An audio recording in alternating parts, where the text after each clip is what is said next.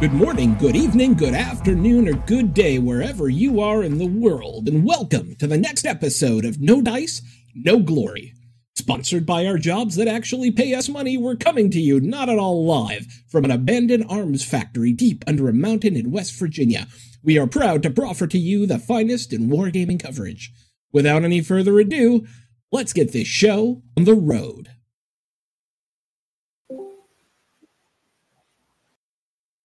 Hey, well, thank you, Sean, for that rousing introduction. This is Mitch, and we have a special podcast for you today. Not because we have a lot of cool people on the podcast, but it is March Madness time. I believe tip-off is coming next week. But we're going to get in on the action here at No Dice, No Glory. And let me introduce the crew and then tell you what we're going to be doing. With us, of course, is our MC. If you don't listen to her podcast, Beyond Solitaire, you should. Ladies and gentlemen, Liz David. I am delighted to be here and be the world's least impartial judge. Your treachery is why I picked you. Then we have two of our esteemed No Dice, No Glory writers.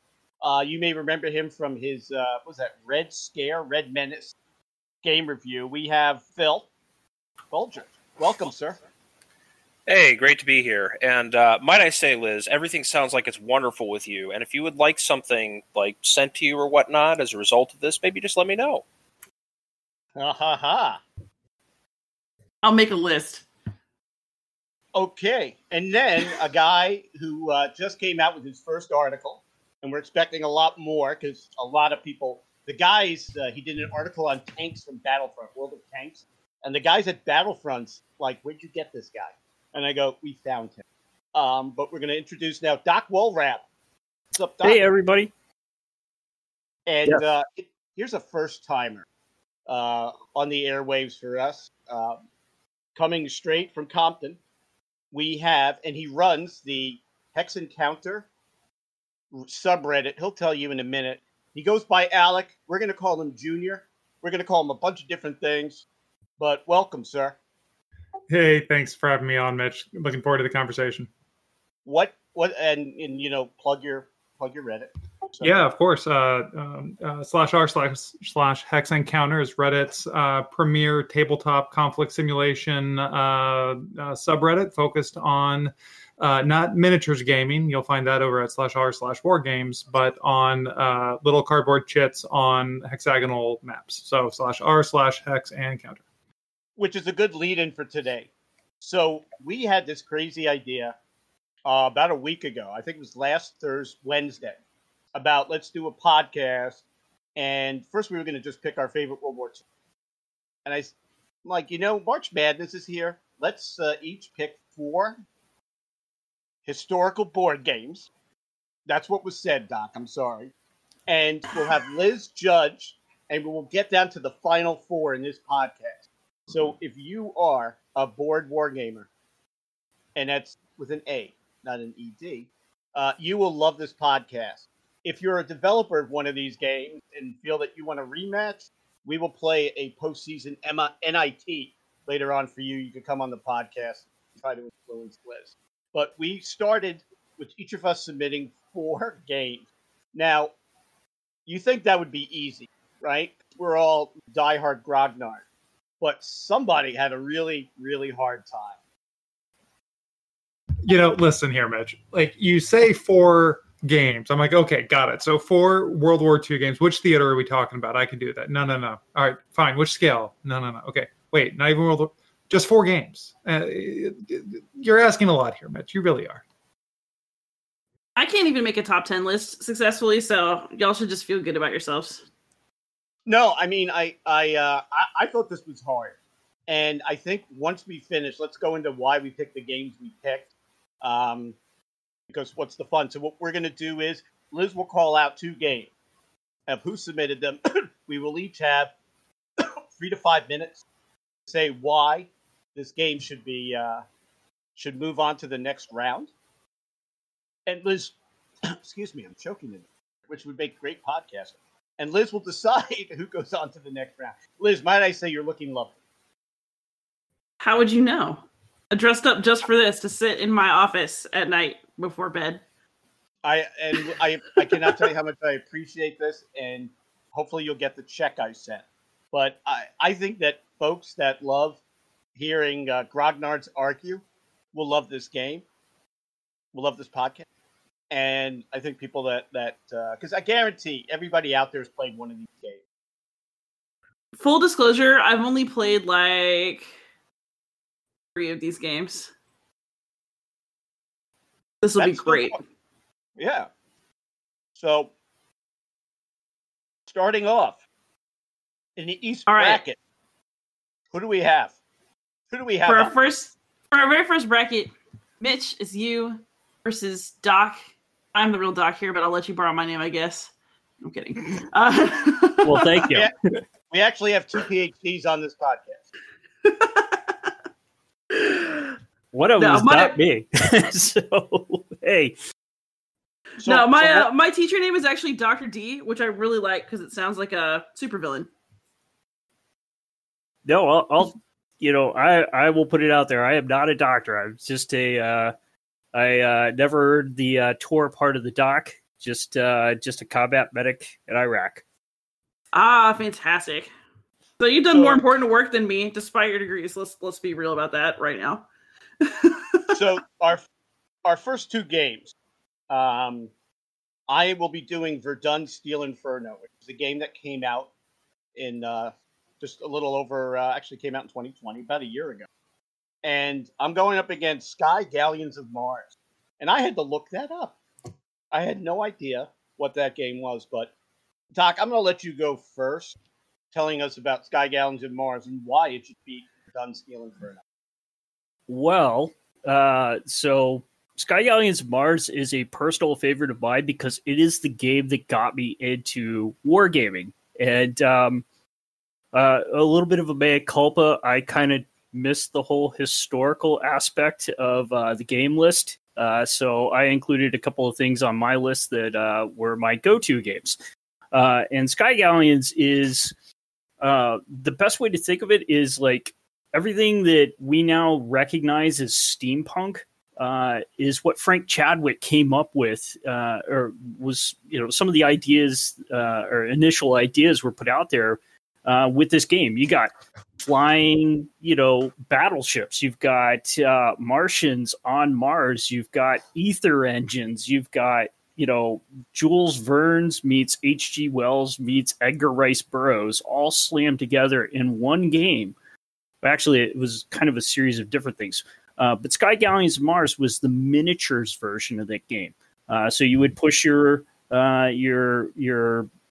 British or German or your British gunboat or your German airship across the map, and you would engage with Martian sky galleons, which were these wooden ships made of a special wood called lift wood, which allowed them to get these giant warships up into the sky. And it was just like everything that I ever wanted as a 10-year-old was like in this game. And that's what got me excited. And so I stole my dad's copy of it.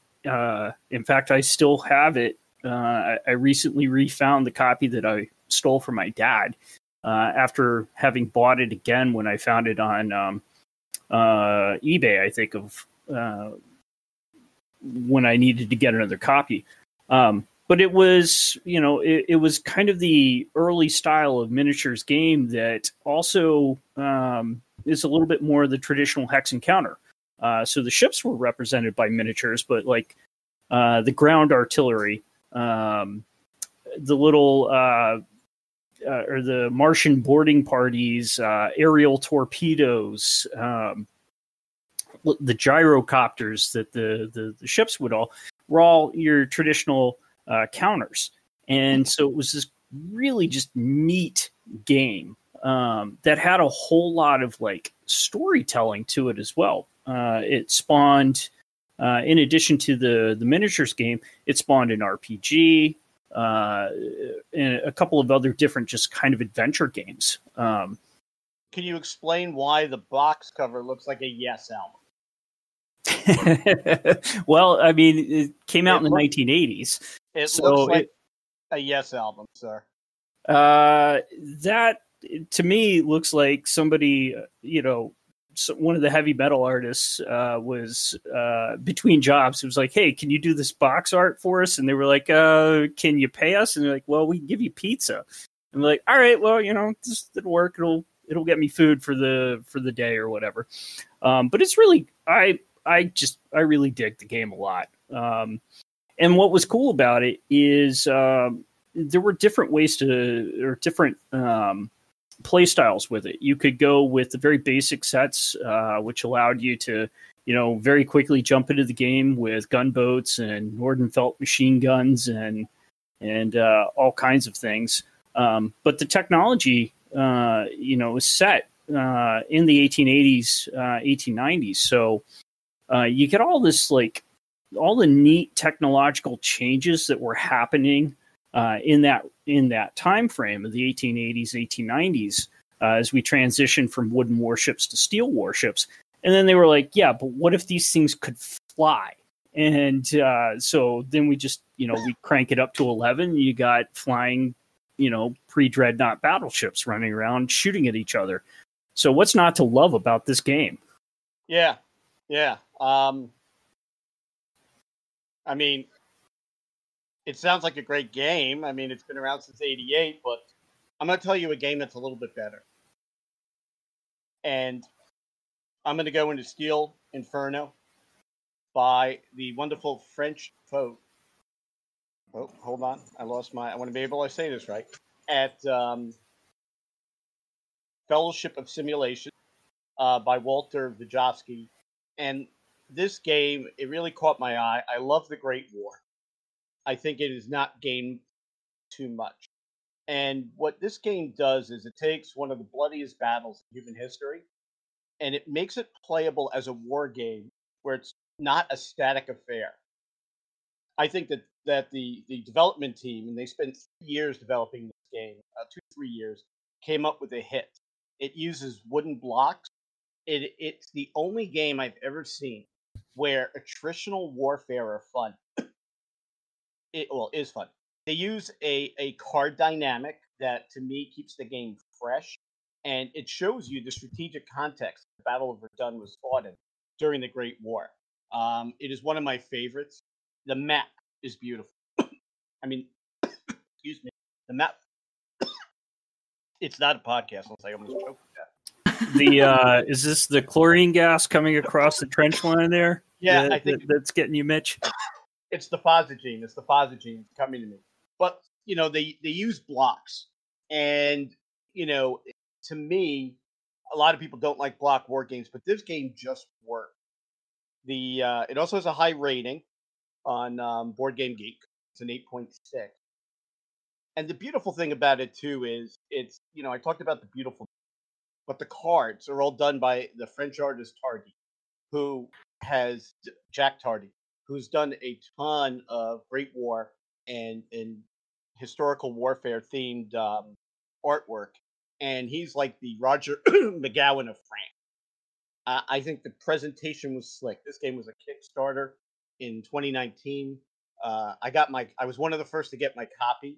I wrote a review on this. I think this is just a game, and the reason why I think it's a great game is because I think it really teaches you what a bloodbath the Battle of Verdun was.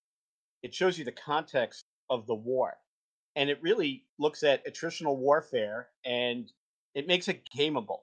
And just for that reason alone, I think it's a great game. And Liz, anytime you want to anoint me, and you can ask us questions. You can totally ask us questions. Yeah, I actually have a question for Doc, which is, what made you buy a second copy of Sky Galleons? Did you lose the first copy, or did you wear out the first copy? So, a little of A, a little of B. So again, the original copy is from 1988, and I again unabashedly stole it from my dad. But in the process of multiple moves with the military, that kind of thing, it went into storage somewhere. And, it was one of those games I always look back on. I was like, man, I really wish, I still have my copy of it. And so in 2017, when I was up in Minnesota, I happened to be trolling eBay, and there was a pristine in the bot, like still shrunk wrap copy of it that was going for like $70 or something. Like it was some absurdly low price, and I was like, oh, that's mine. And so I bought a second copy of it, and I introduced it to one of the people who else on the podcast here, Phil, and another friend of ours, Aaron. And so we got to recount the tales of Duquesne the Sky Pirate versus a British gunboat that was armed with a bunch of Nordenfelt machine guns, and the British gunboat won that with those antiquated machine guns. It was really cool, though. So if this game wins, anybody that's listening to this podcast can't get a copy of it unless they get a used copy. So here's the thing, though. The space so the Space 1889 license is still out there. They're still generating games based off this license, which is what Sky Galleons of Mars is part of, the Space 1889. And I'm just going to say, I just bought a 28 millimeter version of the gunboat that is, represented in like a 50 or a 10 millimeter version in this game. So it's still got a robust wargaming community out there that supports it, though they have it in different scales now. So you have a long history with Sky Galleons, Doc. So Mitch, what is your best Verdun story? You want to hear my best Verdun story? Yes. I have a 14-year-old son, and whatever Dad likes, he hates. And it was Father's Day last, and it was just as the game came out. So I got the copy, and he played it with me for Father's Day. And I'll always remember that. And he beat me. I was the French, and he was German. And he was able to pick the game up well enough where he was able to beat me. And I can't get him to sit down and play a board war game, but I guilted him into it. So it was an amazing father-son moment. Give me a second, I'll compose myself. But that is blatant, like sympathy garnering right there. Okay. So we got two games, both of which. Don't tell me to pipe down, son. I'm talking to Doc. So you see, Liz, no respect here. Both of these games clearly have poignant father-son touch points, and both are historical in their own way. Verdun partially because it is actually about history, but Sky Galleons because it is now an artifact of history. So I think for this one, I am personally charmed by the yes cover that really just screams no. And the just ridiculous love of a game over many years. For now, I'm giving this one to Sky Galleons. Sky Galleons not even a historical game. It's not even a board game. Trevor leading with the upset. Yeah. Oh, man. I'll tell you what. Verdun was my dark horse, and it's just because I love the game. I think it's a great game. Excuses. I'm just saying, I am not upset about. You brought a knife to a Sky Galleon fight. I'm joking. Nordenfeld's win again. I did. Well played, Phil. Next time we make you sign that you understand the rules. But no, it's well played. And I should have mentioned the Yes album cover, but it does look like a Yes album. All right, so I wouldn't say that's an upset. We'll see. Except you sound so upset. Well, acting. So this will go against the next game by Moscow 41. That's the Vuento Nuovo game, isn't it? Mm-hmm. Oh, yeah. I'm a big fan. And Unconditional Surrender by Alecc. Taylor Swift. Yes. So that is... What was that? This game sounds like a romance novel. Wow. Unconditional Surrender. I don't know what we're surrendering. I didn't look it up because I wasn't playing against it, but something tells me it's either is it American Civil War? I don't know. We'll just Maybe have to get into it. Well, Alecc, I mean, the stage is set. I think you get to explain this one first. Yeah. All right. Well, I'll take the initiative here. All right. So I'm going to be talking about Unconditional Surrender, World War II in Europe, Mitch. This is a 2014 title published by GMT Games, designed by Sal Vosta. And this is gone through 2 printings. It's in its 3rd printing right now on P500. So you can manage to get yourself a to-be printed copy at a reasonable price versus the aftermarket prices. This game is the Manageable Monster. This is a strategic title in the European and North African theater of operations in World War II. It spans the entire theater. Turns are months. And the counters are armies or air forces or fleets, right? So we're strategic. This is the game that Axis and Allies wanted to grow up to be, right? And all of us as gamers, as kids that dove into Axis and Allies, this is where that game goes in the Hex and Counter space. And it's really just brilliant and approachable and expansible and easy and quick to play. I'll note that they've recently done an adaptation and an implementation of the game on Board Game Arena, which as a platform does rules enforcement and asynchronous play. And so it allows for, a lot more playing of the game. But it's simply a fantastic system that while it has a lot of pieces to it, and the rule book is quite long. The rule book is long because it is verbose in terms of examples and designer notes and context. And there are a lot of systems. There's a lot of things in it as well.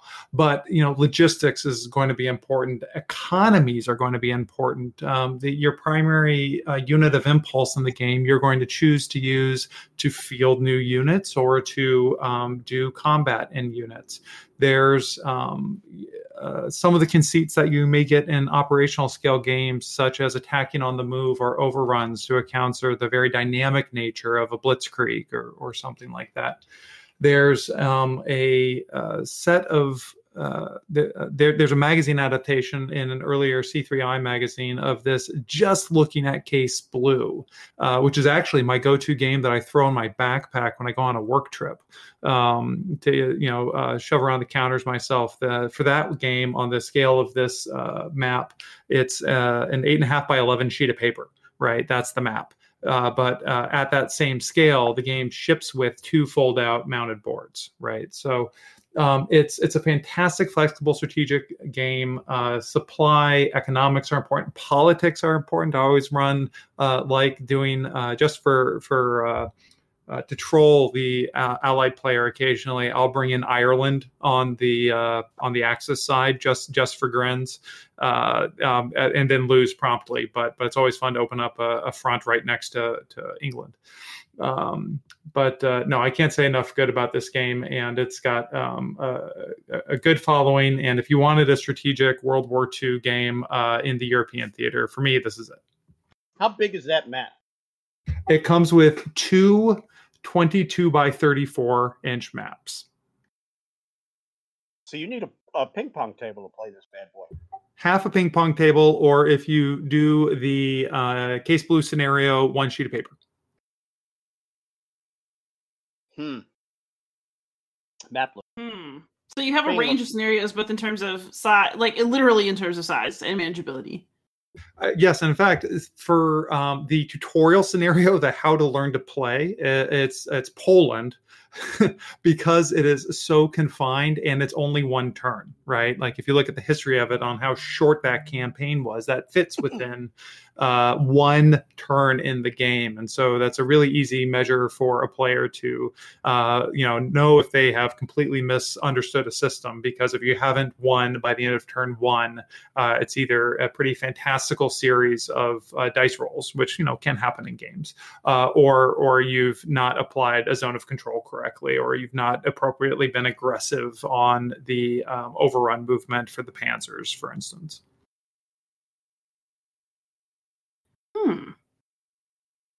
Go to Board Game Arena, Intriguing. check it out. It's all right there. And this is one of those things where it's always interesting to me looking at games, seeing for publishers and designers what they decide to keep in the box versus what they're willing to put out there. And some publishers leave it to the designers. And so for some games, right, you need that magic bit in the box, like the CRT, right? Which is fine. I want to pay and support this hobby. This is a game where the designer and publisher have chosen to put out pretty much everything you need to play the game. So there's nothing stopping anyone from hopping on Board Game Arena. It's all linked right there. It's supported. And nudging around the counters, playing through the scenarios. It's there. Go play it. All right. Let's hear about Moscow 41.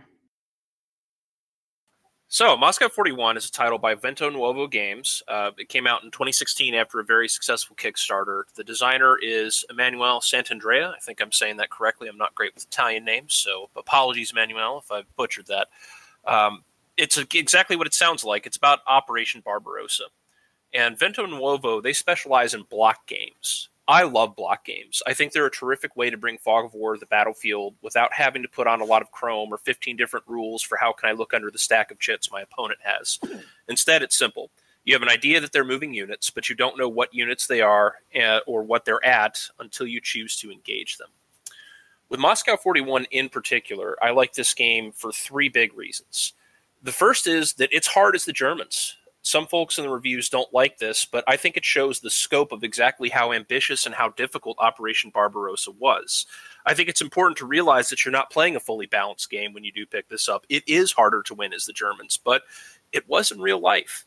The invasion of Russia was very ambitious and somewhat foolhardy, and with the benefit of historical hindsight, we can talk about that in detail, but at the time, it seemed like almost certainly a good idea, especially when you look at just how many panzers you have arrayed. So, it is difficult for the Germans. It's not easy for the Soviets either. They just have different problems. But I've still won as the Germans. It's not impossible. You just have to be savvy, and you have to pick your strategies correctly. The second reason I like it is because of its approachability. Moscow 41 is a game that I would consider mid to low complexity. There's nothing in it that is particularly difficult to learn. It doesn't have stacks and stacks of chrome rules. It's not a game where you have to look up table after table after table. It's very straightforward with the firing dice are displayed on the unit with the top side up of the block depending on what health they're at. That's it. That's your combat. You're going to roll those and figure out what you do damage to the enemy with that. The approachability is so much so that I've been able to play this with novice wargamers. Moscow 41 has been the first war game of several wargamers I've played with. For me, that's very important, is to have an introductory level game that I can have that still has a lot of the complexities of more detailed war games. So especially being able to introduce people to a block war game about the Eastern Front, which I don't know if I would call it popular, but it's at least somewhat well known. People have an idea of, panzers going into winter. It's worthwhile. Then the third reason I like it is because of how smooth it plays. This is a game that the seams are very, very smooth and everything is pretty well explained. The rulebook could use a little bit of work, but it's understandable. It's not a nightmare rulebook. It's not one where you have to go flip back and forth every time. The game plays relatively quickly as a result because you're not bogged down in trying to figure out all the rules. I've probably played this game, I think, 15 or 16 times, almost never against the same opponent because it's that easy to get to table. On top of all of that, the folks at Vento Nuovo came up with the Northern and Southern Army Group pushes as well, Leningrad 41 and Kiev 41, and my ambition probably this summer or next, whenever I can get a bunch of people together safely, is to play all three of them at once in a 3v3. That's cool. So one question I have, and we can ask each other questions. Do you think this game is as good as it is because it's an area move game, twice a hex game? Because I just picked up 1914 Germany at War, and it wouldn't work as a Hex and Counter game. You wouldn't get the game done. Do you think that adds to the playability of this game? Yeah, absolutely. Whenever you can abstract movement to, I just need to get these blocks to this location, as opposed to having to trace hexes, it does remove some player abilities in terms of transit options or how do I want to approach. But at the operational scale, I think that's appropriate and without losing a lot of fidelity. So yes, I think the area move values definitely make it easy to learn. I have a question for both of you. If you could only play one game ever again, what are the odds that it's this game? Ooh, Liz on the top rope. I'm going to go pretty high here, due to the flexibility and the dynamicism. If I only had one game, Unconditional Surrender would get me North Africa. It would get me the Balkans. It would get me Case Yellow. It would get me Plan Blue. I mean, it would get me each of these at the strategic scale, and then the counterfactuals to do whatever I wanted in between.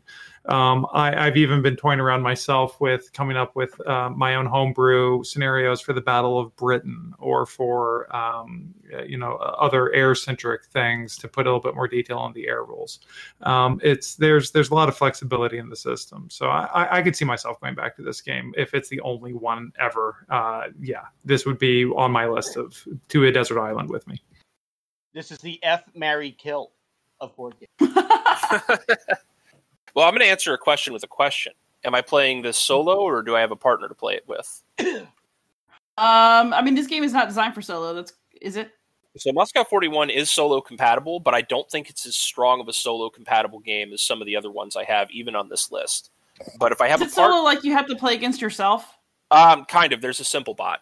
Well, and let's be honest here. Block games as solo, right, are not as strong, and exactly we all play a lot more solo than we care to admit in our hobby, right? Like, this is how most of the plays end up happening. Well, that's why I think this is an important question, because if it's with a player, I'm going to say absolutely. And the reason why I'm going to say absolutely is, of my other 3 titles, this is the easiest one to teach most people. All right, so I've got a question. What do you mean more solo games than we care to admit? Is there something shameful about playing solo games? No, in fact, I love it. You looked me up on the internet? I, in fact, had a real trouble narrowing down in my other nominees which solitaire designed game I was choosing from, right? Because that is a key element of our hobby is solitaire play. And for me, 2-player games that don't play well solo are harder for me to invest in or to play, right? CDGs have been a problem for me to that point, and I'm looking forward here to GMT, trying to get Stuka Joe's system into production and support it. I think that'd be great. And so I think I agree with you, Liz. And I'm saying that is why I'm very much articulating Unconditional Surrender here as this fits very squarely into that, turn off your brain momentarily, play both sides optimally, set a long-term strategy, and trying to force yourself. And there's fewer opportunities in the game for preemption or aha. And maybe that's a downside, right? For some folks, they really want that highly fog of war player dynamic on someone just dropping down the interrupt, right? This is not that game, which also means that it works a lot better solitaire. Did I say when I announced her, this is Liz Davidson from the Beyond Solitaire Podcast? Yes, not only have you insulted me, but the idea of playing both sides just sounds like trash. I'll take Fog of War. I'm giving this to Moscow 41. Ooh. Your attempts to suck up to me. Alecc going down in flames. I know how it feels, man. I totally know how it feels. But, maybe we'll have the losers bracket, and I can play against. I would like to see Phil's Twitter log playing his game solitaire. I would like to see that. Whoa! I said this was my non-solitaire option. Yeah, he said he did. In fairness, Liz went with you for the solitaire argument for some reason. So also, frankly, a game that takes one turn and then also is the size of a finger. I'm just not convinced that that's actually fun. You're gonna have to convince me in person at some point. No one is saying that the Poland scenario was a game. It was the onboarding tutorial scenario. Go with the Eastern Front scenario. That one's 11 or 12 turns, right? So, I'll tell you what. Vento Nuovo has Stalingrad Inferno, which is part of my Inferno. If Inferno's in the title, I'm probably going to buy your game. I don't know why. Maybe because I'm the devil.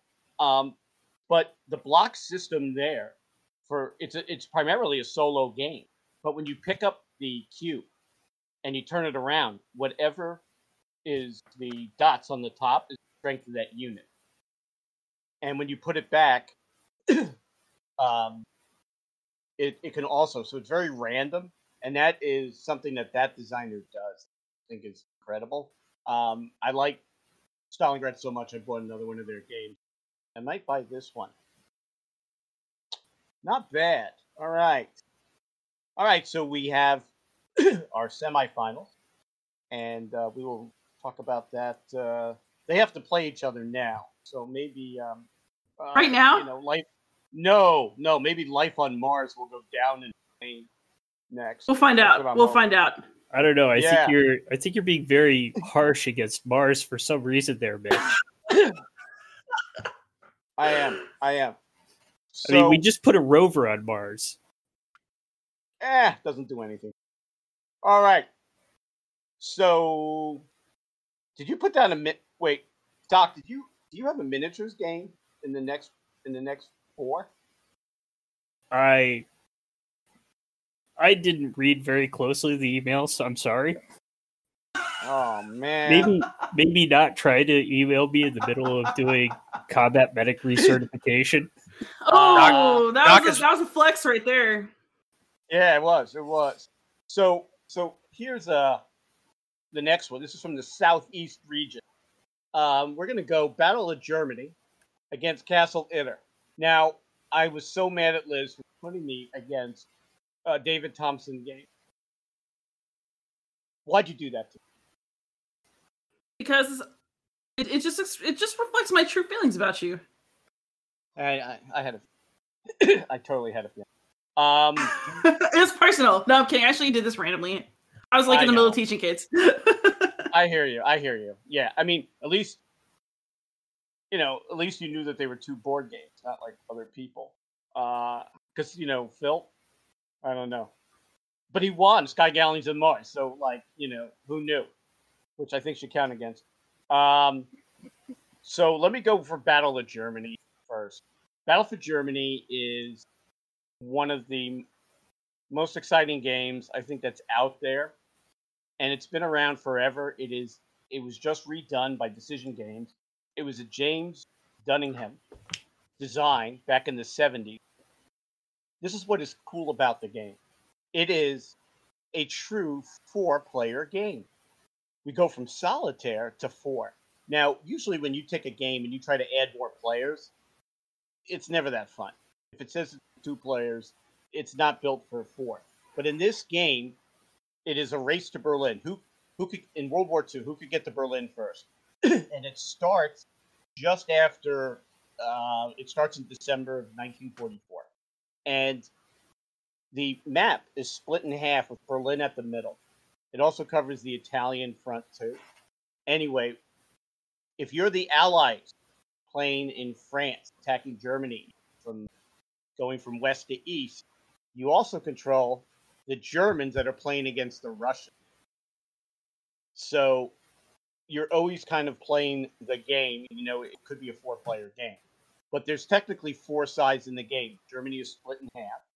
And the Russians play the German forces that are playing against the Allies. The Soviets are playing. I think it is an amazing game.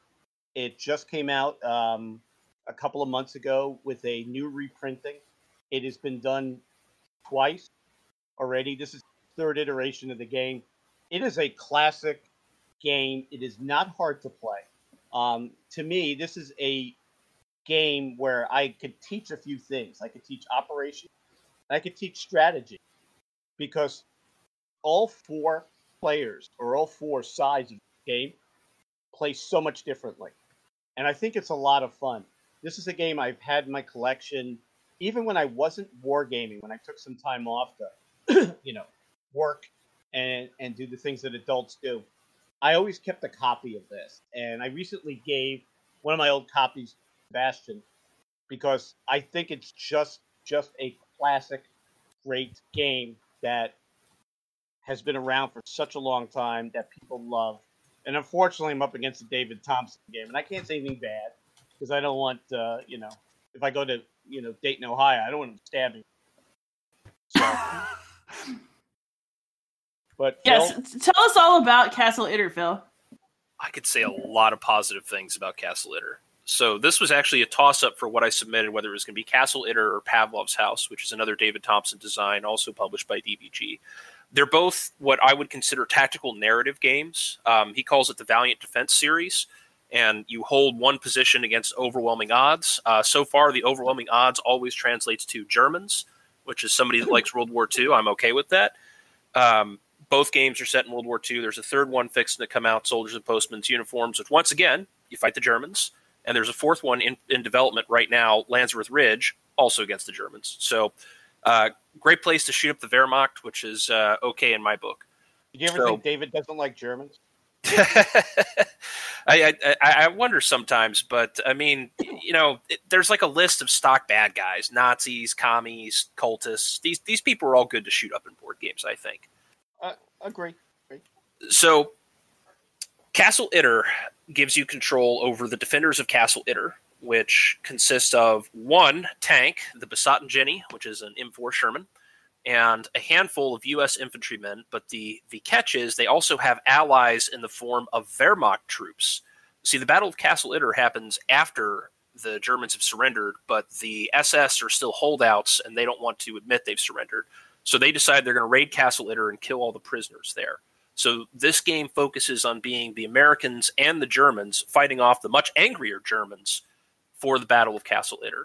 There's a lot of individual little mechanics I like in the game that help with the narratives. One of the guys you can free, one of the prisoners, was an Austrian tennis player who can be used to run for help, and that makes it more likely that you draw the support card to end the game. The prisoners and the way they interact, they're all, other than the Austrian guy, they're French resistance and politicians. So they can't really fight, but they can give morale and they can help.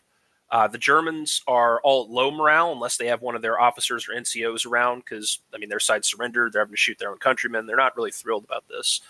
And the last stand of Besatten Jenny is one of my favorite things I played in a board game. So this isn't really a spoiler because you're going to figure this out as soon as the game starts. Besatten Jenny is doomed.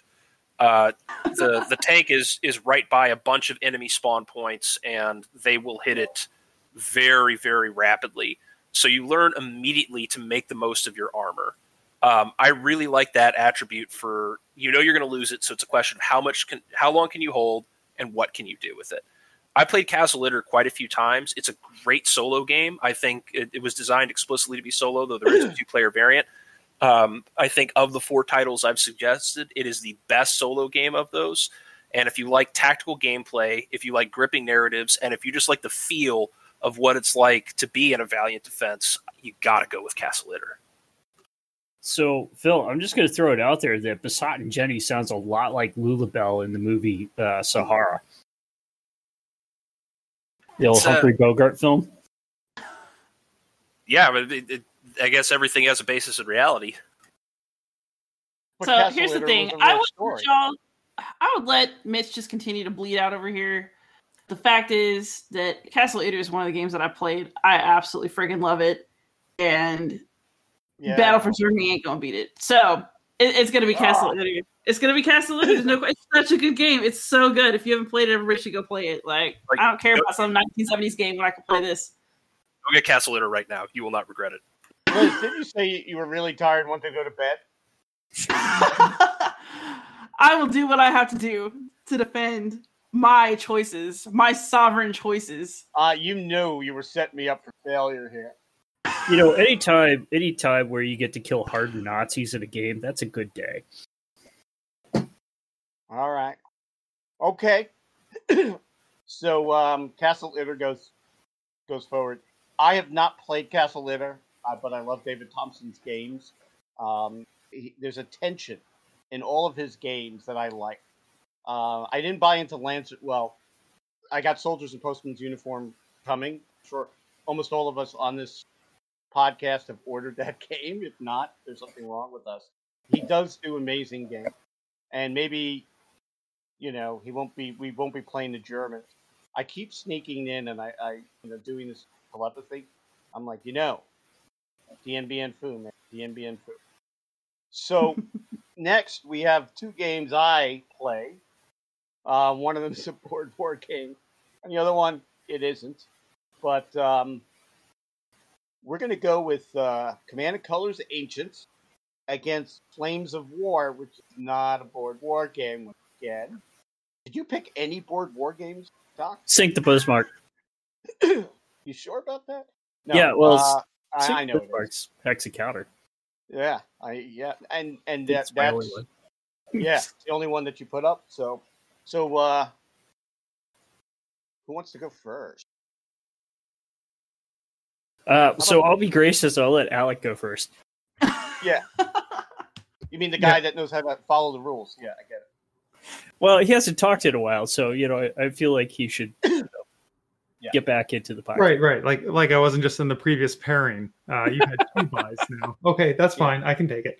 All right, so I'll be discussing Command and Colors Ancients. This is a 2006 release designed by Richard Borg, published by GMT Games. I think it's in something kind of obscene, like its 7th printing now. Fantastic game. 2006 nominee for Charles S. Roberts. 2007 Golden Geek for the best 2-player board game. This is a solid game set in Ancients. And personally for me, I bought this game because I wanted an Ancients game, right? Like that was a thing that I wanted to get into. I wanted to get into the system and I wanted to get into Ancients, and I thought that this would be a good way to do it. And boy, am I happy I did, right? For me, this game really personifies design for effect, right? And for me, design for effect means that you don't add detail to the rules to get enhanced accuracy of the simulation. You really spend a lot of time distilling rules down to very playable systems that have the historical effect. And so in this case, one of the prime examples of that is there's a card-driven element to this game where each player is drawing from a common command deck, and depending on the efficiency of and the leadership of one side or another in the conflict, one side may have more cards than the other, which will give them more options. And the cards will say something like activate 2 units right, or activate all light units, or activate all heavy units, etc. And so what this then does is it introduces maybe not fog of war. The game has blocks, but they're not a block game as in Moscow 41. The fog is a fog in command, right? You can see everything, but you can't necessarily exploit an opportunity because you don't have the card that gets you there. The system very much incentivizes you holding your lines. There are a lot of line command cards. And so it does this not through some, onerous rule that is some subset, 7.6.1 in a rule set that is penalizing you if you're breaking that. It's just rolled right into the systems of the cards on, I drew a card that says I can activate units that are in a line, and I broke my line in 3 parts, so this is not going to work so well, right? The way combat is resolved ends up being very, very intuitive as you get into it with the die rolls and understanding certain units are going to have an advantage due to their armor or training and the way that leaders influence the battlefield. It's just a brilliant system, and it really, for me, gets to giving me the feeling that I'm experiencing the effect on Ancients warfare between the disparate abilities of units, the role of mobility, how important cavalry units are to block retreats or to pursue openings as units start to retreat, the importance on not being run off the battlefield. There's a lot of goodness here. And the system is so straightforward and approachable that I recently did a session video and posted it of me and my 6-year-old son playing this game, right? And nothing's more adorable than seeing a kid point to a block and say Carthaginians, right? And it's just great. So for me, I needed to get this game onto my list. And, getting back to the earlier question on if I only have one game, if I've got only one game and I've got my kid around to play it, yeah, he and I are playing this. And if I could give a plug for the system real quick, and it's not because, Flames of War's next, but I have Command and Colors Tricord, which is the Revolutionary War, and Command and Colors Napoleonic. And I think I have 3 of those boxes. These are some of the best games, in my opinion, ever made. I almost put Tricord on my list. And, you're like, well, it uses the same core rules. is it the same between the Napoleonics and the Revolutionary War? No, and those cards that you have really are just the heart and soul of this game, and it makes this system so much fun. Where in Revolutionary War, if you don't believe in linear warfare, you die.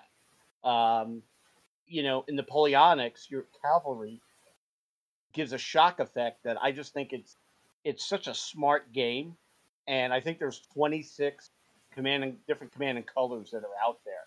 It is just such a smart game series. I've played the Ancients game. It is actually on my list to pick up eventually. But folks that are out there that don't like block games, you haven't played one of these yet. I'll tell you one other thing. My wife reminded me of a story. My kid was doing a write a review thing through Zoom first grade, right, that we're all doing now. And he wrote a review on this game. And, as my wife and I were coaxing him through the ideas on thinking about a review, we asked him, what would you pay for this game? What do you think that this game is worth? And he said something like $10. We're like, well, okay, so why do you think this game is worth $10? And he goes, well, that's all the money I have. Oh. So, I was like, there you go. And Mitch knows my kid writes game reviews. And so I'll get this one out as well. So I kind of feel like I'm being gagged up on by both Alec's 6-year-old and Mitch here. So you mean people that let's hear about you invited this, Doc. I did. That's okay because it leads into a nice segue. Mitch talks about shock, and one of the nice things about Flames of War is watching one of the ancients across the gaming table at my friendly little game shop just drop his jaw in shock when a pair of Porsche Tigers come out of a building and proceed to just waste all of his British tanks. And that's what happened in one of my matches in Flames of War. Flames of War, it's a tabletop miniatures game. Part of the fun of it is assembling the kits. Part of the fun of it is painting them, and part of the fun of it is blowing them up on the tabletop. And I love all three of those aspects. So that's what draws me to this game. One of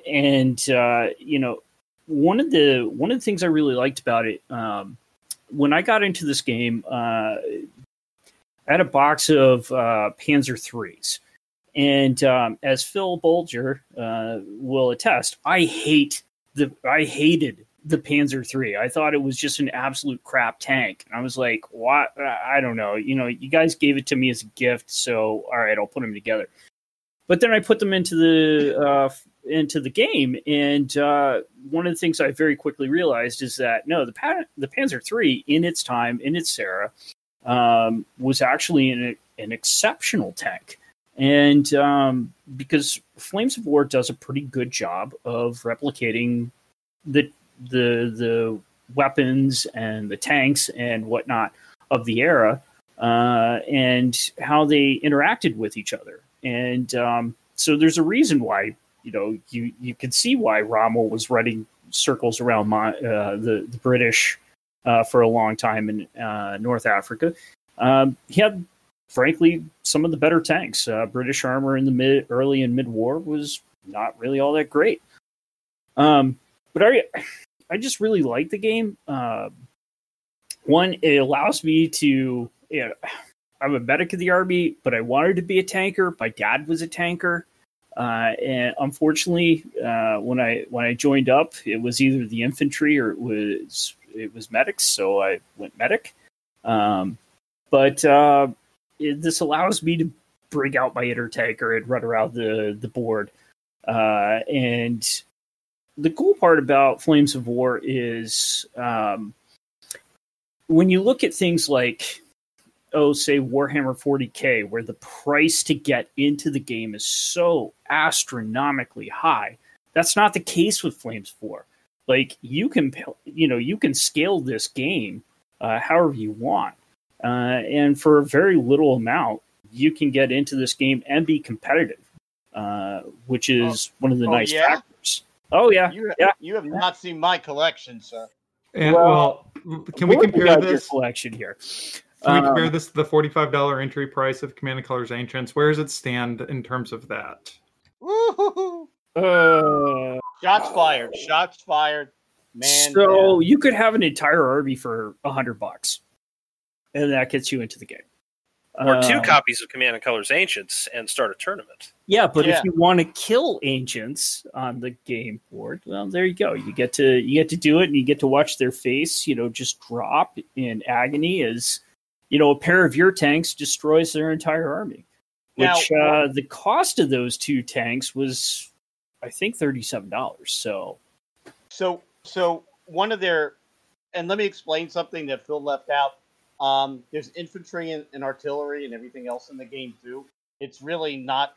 It's a game based. Yes, there's a lot. It's it's a great combined arms game. I was waiting for you to mention that. Yeah, no. So you got your infantry, you got your artillery. If somebody shows up with fighter bombers, that could really ruin your day if you don't have proper air defense. Its modern cousin. I've got stories about a T-55 that shot down a Skyhawk through very improbable die rolls. But I find that the game is really, when played well between 2 players, it's very fast moving. And it does a good job, I think, of simulating combat. And you get to see it. You have your things like, hey, I just watched 2 of my 3 tanks blow up. The third guy's probably thinking, maybe I shouldn't be here. So you have your morale checks. So there's a leadership value to your units. It's not just, and so, having a pair of tigers might seem, impressive on the battlefield, but if one of them blows up, automatically that other guy is sitting there having to roll his morale checks because half your unit goes away.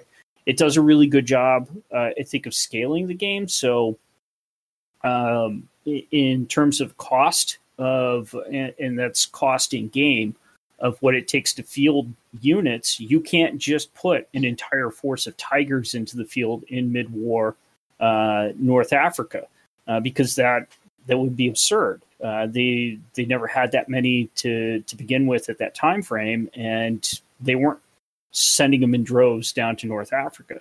So the game does a really good job of replicating what resources you have available to you and what their effect is on the battlefield. All right, so Doc, all this sounds good. The fact is that nothing is going to steal my heart more than a little child knowing about the Carthaginians. I gotta give it to Commands Colors. It is an internal bias. I am a Latin teacher by profession. That is absolutely fair. I will just console myself with the fact that we still shot down Mitch over Mars. Yeah, I'm still smarting over that one. Now, Liz, do you have Command and Colors Agent? You know what? I don't, and I really, really want a copy. I cannot recommend that game enough. It doesn't play well solo. People have written some solo bots for it, but if you want to know what a Ancients battle was like, suggesting that I don't. Game. What was that? I said, are you suggesting that I don't? Well, I hope not firsthand. Well, neither do you on that count. Don't mansplain the Romans to me. Don't mess with I'm not. But I'll tell you what. One of the 2 of us will get that game, and in December, if we're both up in Philly, you and I will play. Absolutely. Well, I already had my first shot of Moderna. The next one is over spring break. I'm ready. I'm ready to be free. Well, and for both of you and all the listeners, 7th printing, there are plenty of copies of this game in circulation. So hop on and do a math trade, right? That's how I got my copy, was I did it in a math trade. They are out there. Yeah, it's such a great game. So one of us will have the copy. What's the name of that event in Philly? PAX Unplugged. PAX Unplugged, and we got to go and do a podcast. Actually, we should. We should use the media room and we should just do something really stupid and fun because that's what cons are for. You mean like a March Madness game tournament? Yes, although it's not as weird as my other favorite thing of the season, which is Lent Madness. A couple of Episcopalian priests set up some saints against each other every year, and they try to see who's going to win the Golden Halo. That's really cool. Right? Speaking of cons, this will probably be old news when this podcast comes out next Tuesday. But the Nova Open, which is one of the biggest, not historical, but sci-fi tournament in this area, it is on Labor Day weekend. All right, so y'all, I'm looking at my bracket. We're gonna have a rough round in the semis because we got Castle Itter versus Commands of Colors, and I don't know what I'm gonna do. So we should distract me by going on to talk about 65 squad battles versus Downtown Air War because I have no freaking clue what either of these is. All right. I'll go first here. So Mark Walker, who's probably one of the best game designers out there, and not because we have him on the podcast all the time, but he started flying. He did what was the name of the series? He did Lock and Load, and he decided to open up a high-end game company called Flying Pig. Every single title in Flying Pig games is amazing. There's not a game in there that you will just regret buying. He just doesn't have those kind of games. 65 is squad battles in Vietnam. It has no dice. He uses a card mechanic that is just amazing. What I like about the game is that every faction in the game, and he has Anzacs, Marines, Army, Viet Cong, and NVA regulars, plays different. And some of the counters have, some of the units have special abilities that you need a certain card for. And people say, hey, I don't like the card game because I want to do what I want to do when I want to do it. Guess what? That's not how things work in real life. He does the fog of war through this card mechanic, and it's brilliant. He has tanks in the game. The other thing, too, is the game aesthetically is beautiful. The maps are awesome.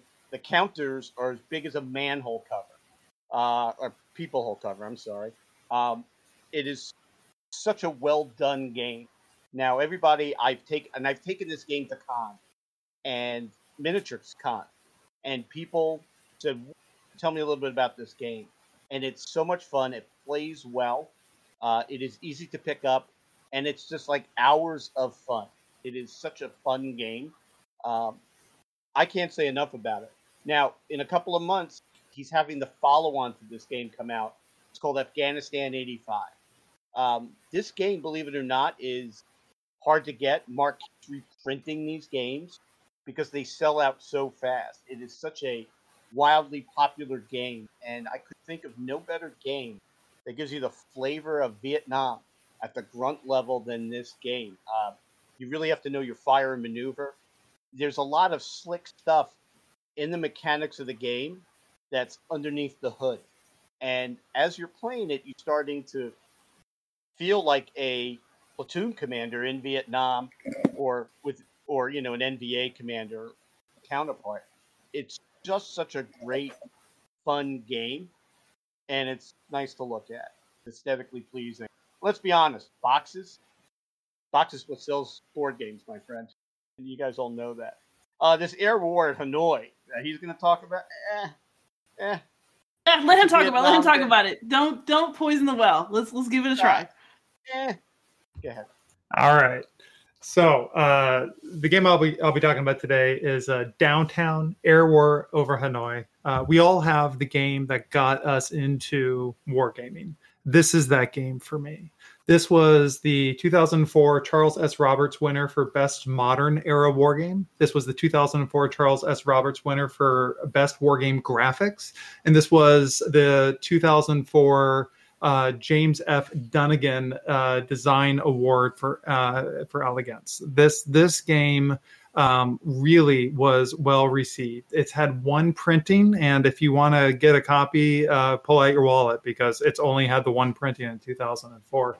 This is a modern operational scale air war game set in third generation air combat and air to ground combat. This is an odd little niche, and at the time it was a pretty early design by the brilliant Lee Brimacombe Wood, a British-based games designer that actually came to designing board war games from the PC gaming space. This is just a fantastic game. It's asymmetric, and as these air operational war games tend to be, there's kind of two phases of the game and the game experience. The first phase is a planning phase where both players are doing separate planning activities. And this is kind of almost the solitaire puzzle itch of it, if you will, where, if I'm playing the North Vietnamese, I know kind of which general targets the U.S. Air Force or the U.S. Navy is going to be going after in these operations. But I have my limited resources in terms of which airfields are going to be, maintenance ready with what MiGs and where I put the SA-2s. If I am the U.S. player, I'm planning route packages. I'm trying to figure out what aircraft go in at what interval, at what phase, at what altitudes to get in, so that I can perfectly line up an unknown threat laydown to find and chase off the MiGs, suppress the enemy air defenses, jam the radars, get bombs on target, and then get pictures, or it didn't happen, right?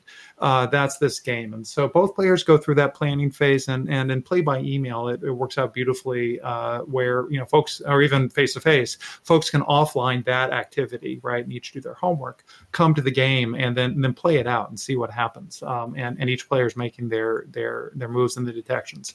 It is a heavy game and a heavy design. This is not designed for effect. And in fact, listening to interviews with Lee after he's had several more design credits to his belt, he even will go ahead and mention that he kind of threw the kitchen sink at the rules and added chrome, right? Like that's what he was doing, is he was trying to then capture an important effect of electronic warfare or beyond visual range missiles. And so he would add a rule about it, which is, one design philosophy, but one that many modern designers have shied away from, and Lee has shied away from as he's gone.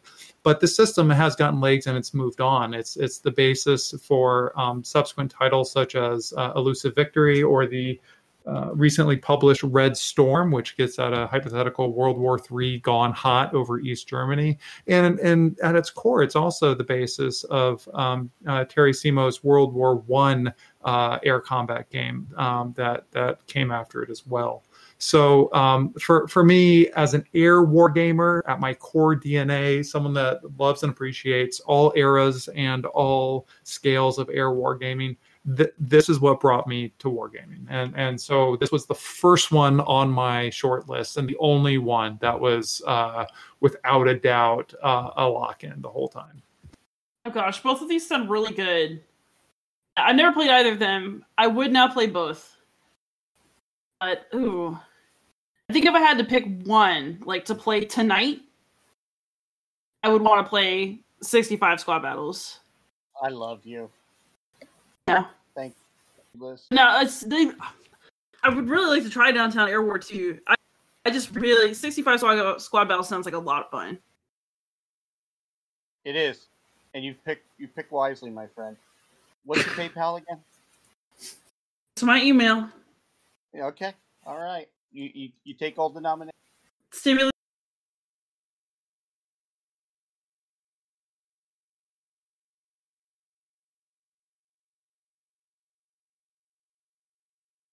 Let's check part 2. Let's think about this next matchup is that Doc picked the board. Hey. Yeah, I dare.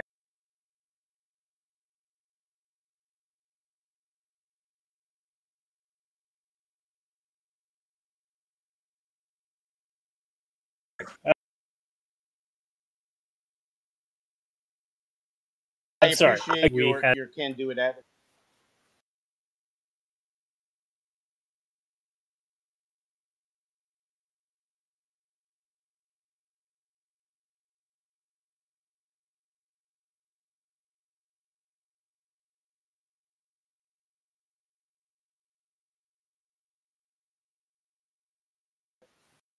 But my first service was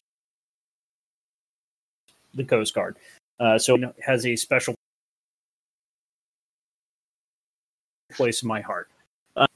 Granddad used to take me over to the U.S. in Wilmington. That was our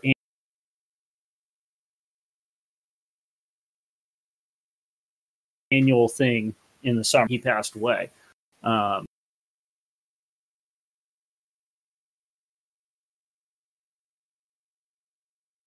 So fascinated by these warships, and getting a chance to fight them on whether it's miniatures, whether it's board games, whatever, I'm doing.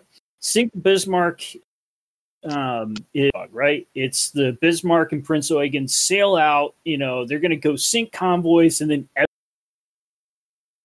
everything bad happens, with the exception of them sinking.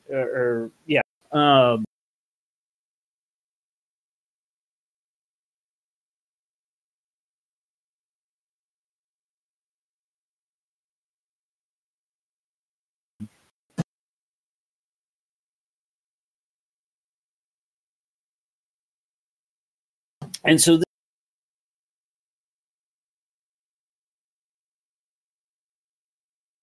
this game there, one of the other really cool aspects of is, you can play the historical scenario.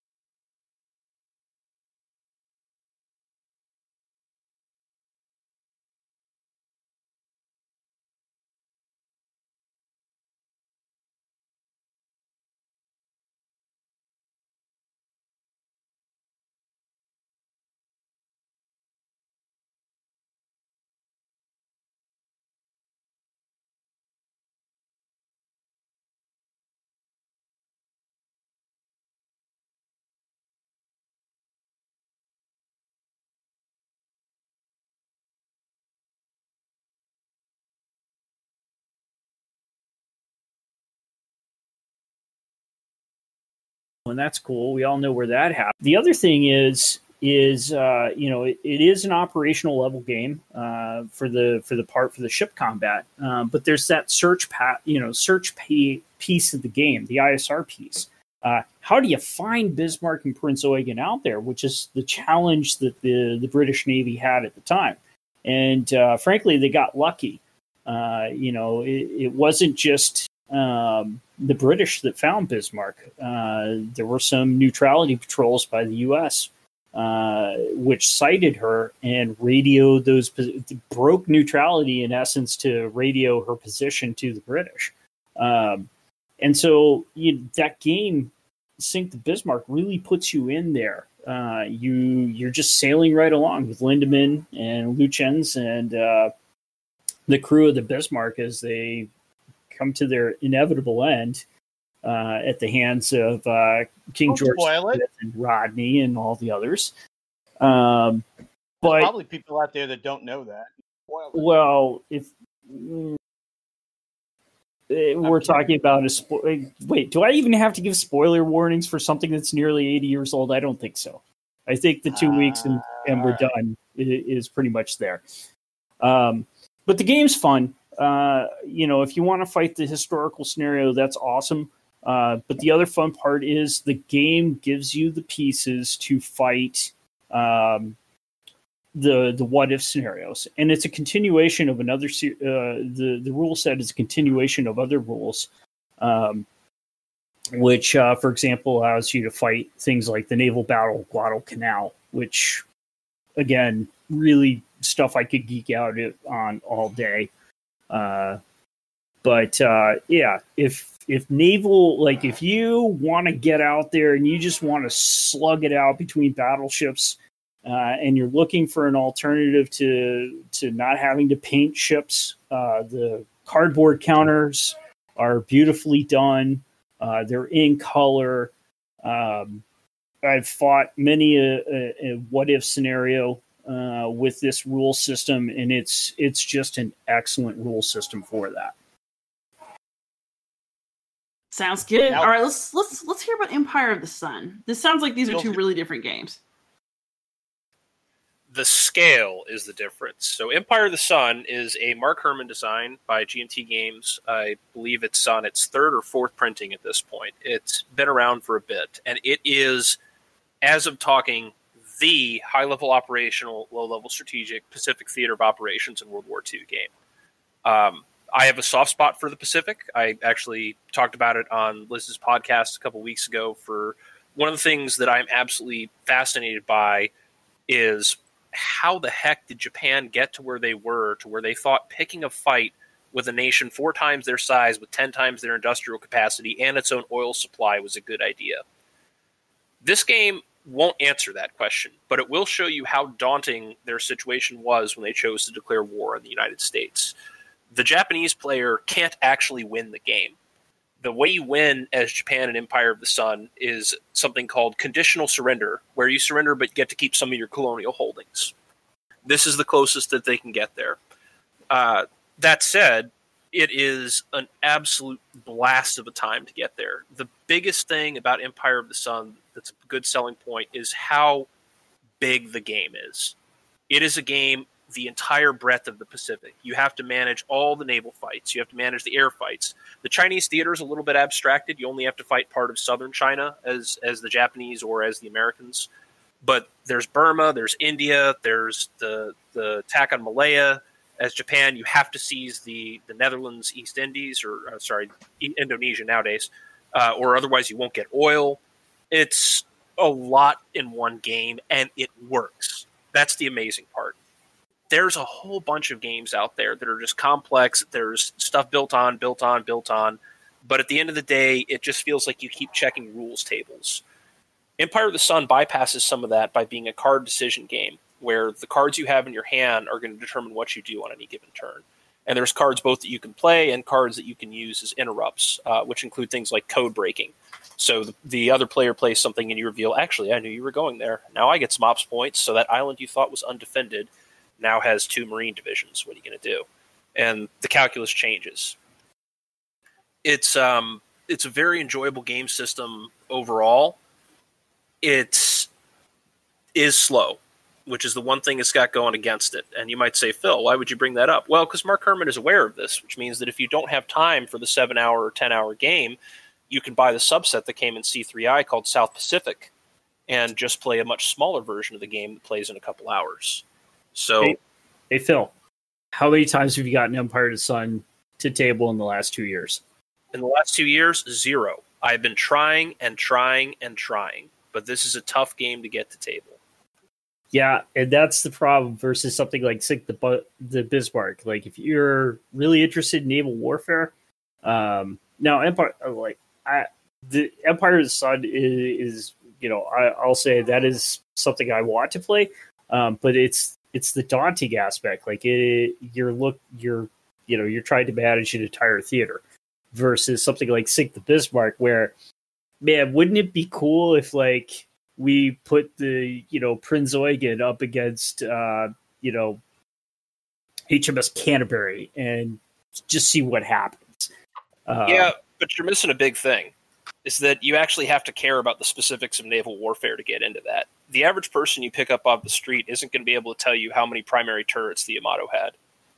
You're asking folks to jump in and to learn vessels that they may or may not know. Empire of the Sun may be complex, but because the counters are easily readable and you immediately know what you have, you can tell, I've got this is good. I've got this is less good. I've got this, and this is great.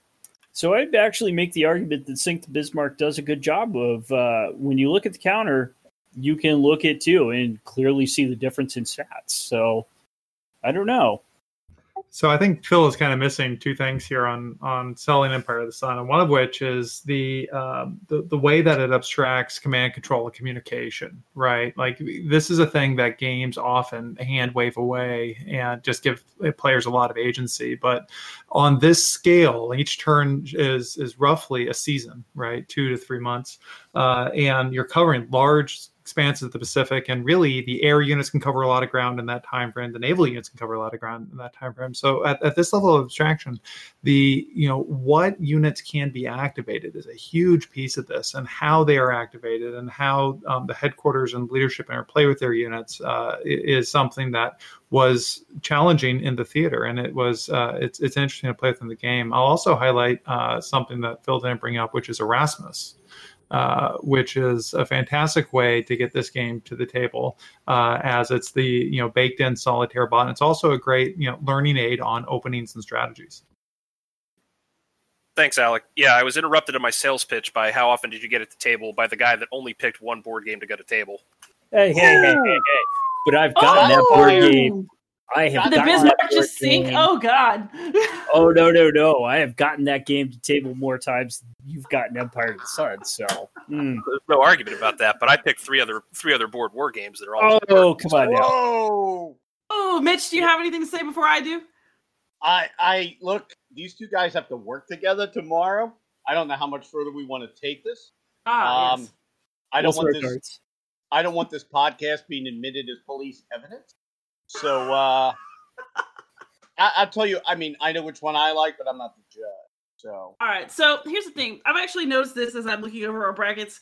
Clearly, if I have to play games with one of y'all or have somebody pick my next game, it's going to be Phil Bulger because, man, like, I think Empire of the Sun sounds awesome. And, like, Sink the Bismarck sounds fine. But I want to play a 7-hour game about the Pacific Theater. So, I think we're going to go with that one.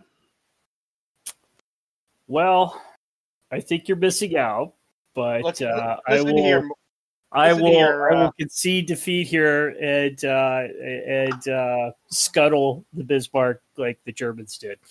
Listen here, Matt Damon. You got Mission to Mars, so you're doing all right. Now, how we're going to reconcile 65 squad battles versus Empire of the Sun, I have no idea. This is going to be hilarious, is what this is going to be. It's pretty much. So we're getting, it's still cooking here. We're down to the West brackets, and I go against Doc one more time. Will Doc be able to beat me twice? We'll see. So I these two, it's Conflict of Heroes, Storms of Steel, Cursed by Academy Games, and Phil picked another miniature game, BattleTech. That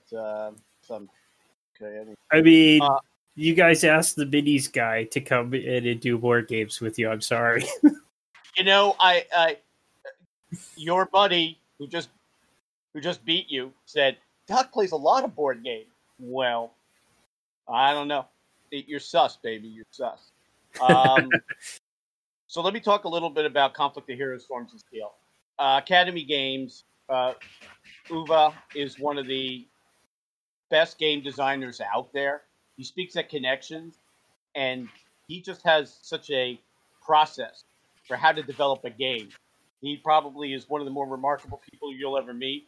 And I personally like, obviously you could tell. But Conflict of Heroes, Storms of Steel is a game that Advanced Squad Leader wishes it could be. It is a squad level game with individual tanks, individual squads. He actually has 3 different copies out there. One is Awakening the Bear about Barbarossa. Then he has Cursed and Guadalcanal. And he's coming out pretty soon with France 40. It is an amazing game system. It uses a card mechanic to make play a lot of fun. But I'll be honest, here's something that the game designer did that few game designers do. He looked at his game, and I got Guadalcanal. And I thought it was a great game, but the activation mechanic he had for the game was a little broken. Once you select a unit to activate, it would have 7 action points, and you had to use those up until you could pick another unit. And to me, there were things that I know why he put that in. Part of it was kind of how squads interacted, because you're talking about each activation is just seconds in time, but he redid it in the 3rd edition with activation dice, where you kind of press your luck and how much you can use the unit. It plays so well aesthetically. Any game you get from Academy Game is top notch as far as looks. The Guadalcanal game is just beautiful. But yeah, I picked this game to represent the series because it's on its 3rd edition. It's wildly popular. It's just a fun game.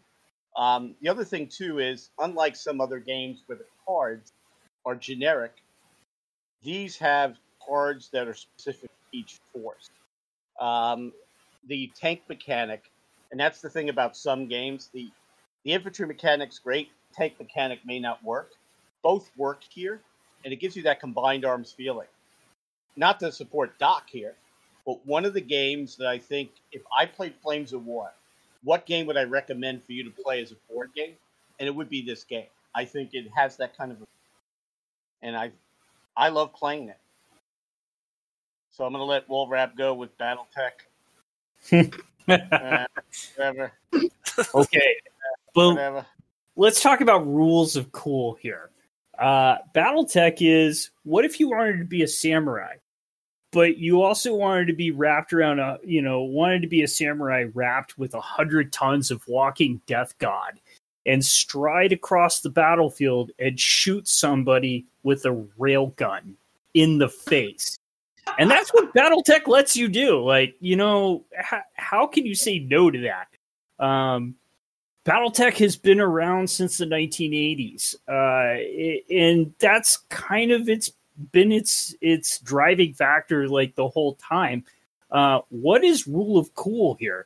In the 1980s and 1990s, it was, well, let's rip off a bunch of the mecha from all the Japanese anime companies out there because they can't sue us. And, well, maybe they could. And it became a long-running fight with a couple of companies that won't be mentioned. But honestly, so I got into BattleTech right after Sky Galleons of Mars. It was like, hey, man, Sky Galleons of Mars is amazing. What else is out there? And my dad was like, there's all this cool stuff, micro armor, blah, blah, blah.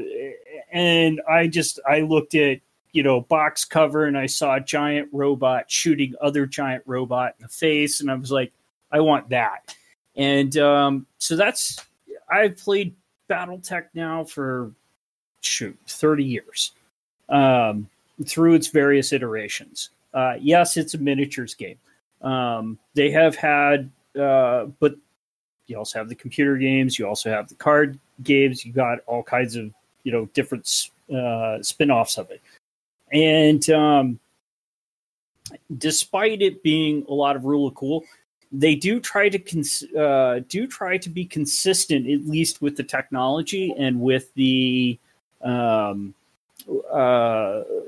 universe lore. Occasionally, sometimes they'll break it, and then you'll get into this huge fight about, are the clans, which is a faction within the game that was introduced later on. Did they break the game or did they not break the game? But the point is that you're still walking around on the tabletop with your giant robot of death, and you're shooting other, robots. And you also have your tanks. You also have your infantry. And there's something interesting I want to point out about 3 of your 4 selections. Combined arms? No, not at all. BattleTech, and I have BattleTech. I don't like the stat tracking, but this game has an appeal to naval wargamers that like the stat tracking, because essentially it's really battleships in big irons. Yeah. Well, again, you get to shoot railguns at other people, and it's a lot of fun. Mitch, you just touched on the golden rule of dock warfare. Big is good. Big is strong. Even in Flames of War, it's like, you and I got to play in a tournament sometime, man. I got all your tells, man. I got your tells. Oh, I don't know. You like big. You go big, man. Sometimes. Doc is aware of this, and he will use it to bait you. Doc is a clever player. He is not afraid to put a tiger out there knowing it'll be a fire magnet, and then suddenly you'll find out that his stugs are also very effective. Panzer IIIs everywhere. Where did all of these Panzer IIIs come from? But that's not, being one of my favorite episodes of BattleTech to you. When I first started playing, I played a Locust, which is a 20-ton mech. It is like the weakest thing in game. But in the BattleTech game system, there's a rule called Death from Above. And that is if you have jump jets, which allows you to jump up into the sky and land on things, or if you're on top of a cliff and you jump down onto something, you can cause damage to another mech. There is no version of this game where a 20-ton Locust should be able to take out a 100-ton assault mech. And that's exactly what I did, exactly once. And it was using the death from above. I landed on the guy's cockpit, crunching his pilot. I broke the leg of the Locust, and his buddy shot me in the face the next turn. But by God, my 20-ton little dude who was armed with 2 SR short-range missile 2s and a 50 caliber machine gun took on it. It would be like a Toyota Hilux getting, a kill on a modern Abrams tank. And that's completely ahistorical. They never had that much thrust. It's completely ahistorical. Liz, well, hey, I'm curious, but I did it. So here's the thing, which is that this BattleTech does sound fun, but I've played Conflict of Heroes, and there is an elegance to that system, especially the solo system, that is undeniable. Whereas, frankly, BattleTech sounds fun, but also kind of sloppy. So for me, it's in the sloppiness. It's got to be Conflict of Heroes for me as a marvel of design. Thank you, my friend. Thank you, Mitch. You're using too much PayPal here, bud. I'm just saying this would, I don't want people, yelling at us that, we didn't pick all historicals, but Doc is a wild card, and I appreciate his unique. All right, so for our last battle in this team, until we go down, this is rough. Twilight Struggle against RAF Battle of Britain. Thank God I am not playing either of these two in this round. Let's let Alecc go. All right. Well, thank you for that. I will be talking about RAF Battle of Britain, again, being the proper air war gamer that I am. This game was originally released as RAF in 1986, published by Hobby Japan and West End Games. The designer on this one is the preeminent John Butterfield. For those of you active in the solitaire wargaming space, John is a savant on these designs. He comes up with very interesting designs at very different scales in very different conflicts that all feel dynamic and really get at the essence of those conflicts. This game was republished in 2009 by Decision Games and continues to be published by them. In this game, the player predominantly plays the role as the fighter command planners trying to defend southern Britain during the Battle of Britain, the German preparatory bombing campaign to disrupt the shipping ports and prepare Britain for Operation Sea Lion. If the RAF failed here and the Germans were able to achieve their objectives, the thinking goes that air supremacy would then lead to naval supremacy, which would then allow the Germans to cross the Channel and invade England. And that's what everyone was worried about. And the Luftwaffe was in its prime. It was at its peak strength at the start of this campaign, and Fighter Command was reeling. They were having a really hard time.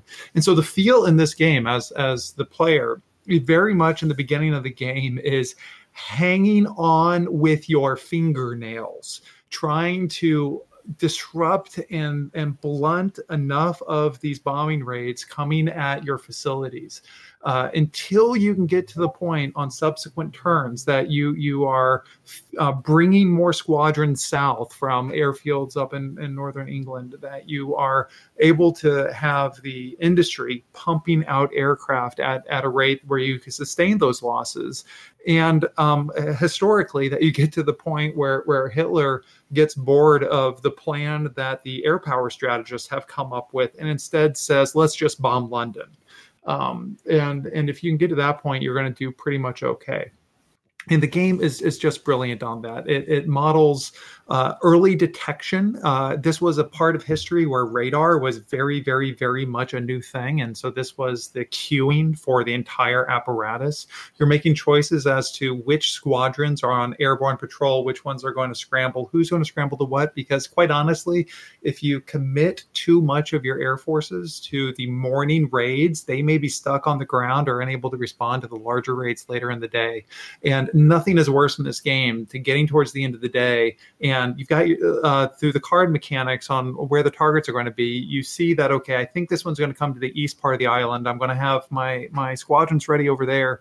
And then you do the raid generation mechanic, and you see that was a false raid, that wasn't actually one. You go to the next card, and it's back on the center part of the southern end of the island where you had just been hit. And oh, by the way, the time advance is 0. So, we're running this turn again.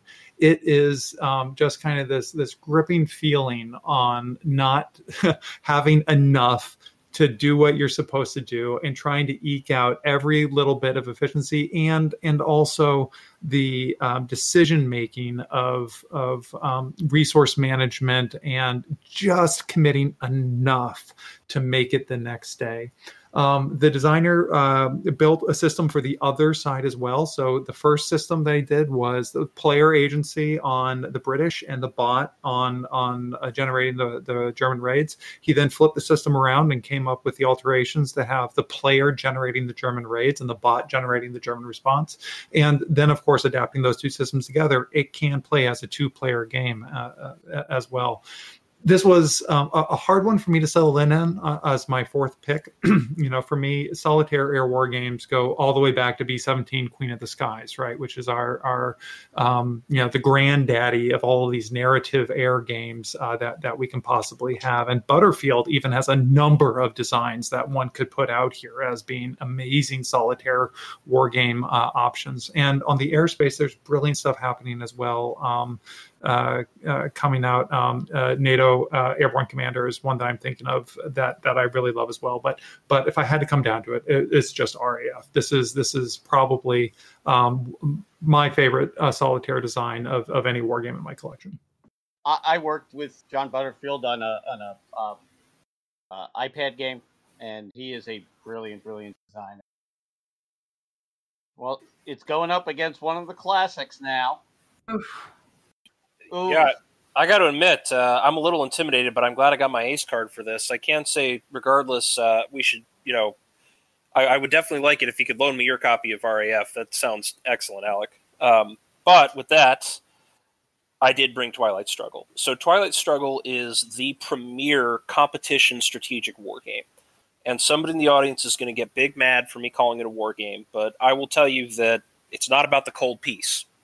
So even though it's not a traditional, let's go shoot each other and more, let's use ops points to shoot a handful of politicians in Panama and make it more friendly to us, it's still a war game, I believe.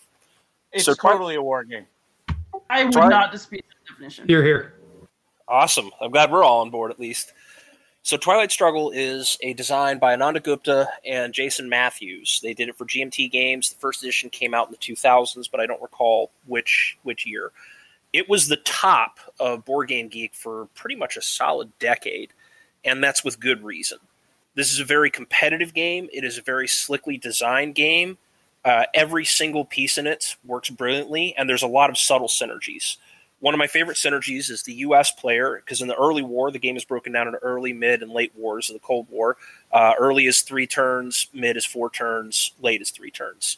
The early war it's rough for the Americans, but it does have one of my favorite card synergies, which is if Romanian abdication is in play, which gives the Soviets control of Romania, you can then play independent Reds to match their control, and then you can then play the Truman Doctrine to remove all their influence, giving you control of Romania, which is right next to the Soviet Union, which gets you an extra victory point when that region scores. It's slick little plays like that are all over the game. There's cards that just meld well together. But the true brilliance of the game, in my opinion, is how it forces you to do what you can when you have a handful of your opponent's cards. The only way to play your opponent's cards without the event triggering is to use them on the space race, which is normally 1 card a turn. If you're ahead at a certain point, it can become 2 cards a turn, but as soon as the other player catches up, that advantage disappears. So a large portion of making the most of the game is learning how am I going to give the other player something that should help them to make it either only help them a little, not help them at all, or help them in a way or place that I don't care about. The game is broken down to the regions of the world, and as you play, you will eventually lose a region. I have never played a game where I've had competition in every single region against a reasonably competent player. Eventually, the cards don't come your way, and you get boxed out. That's part of the game.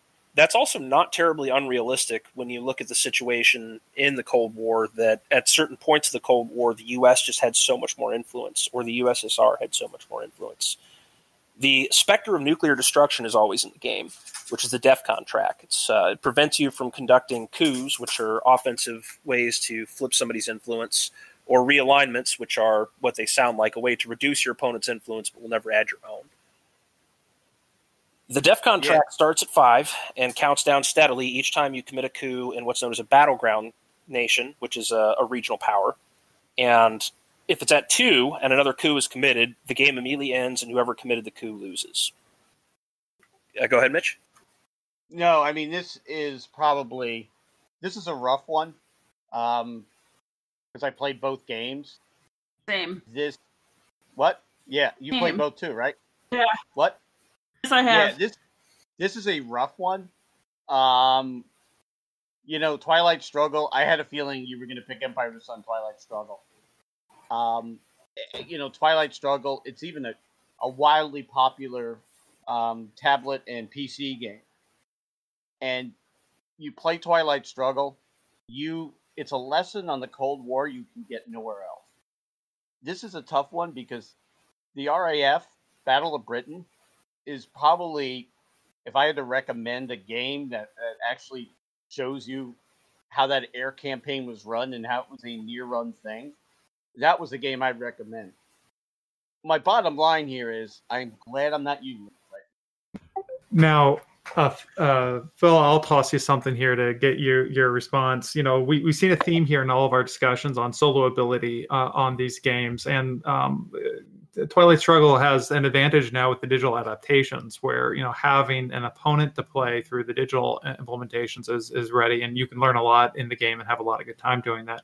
As far as cardboard on a table, can you discuss the viability of the game as a solo experience?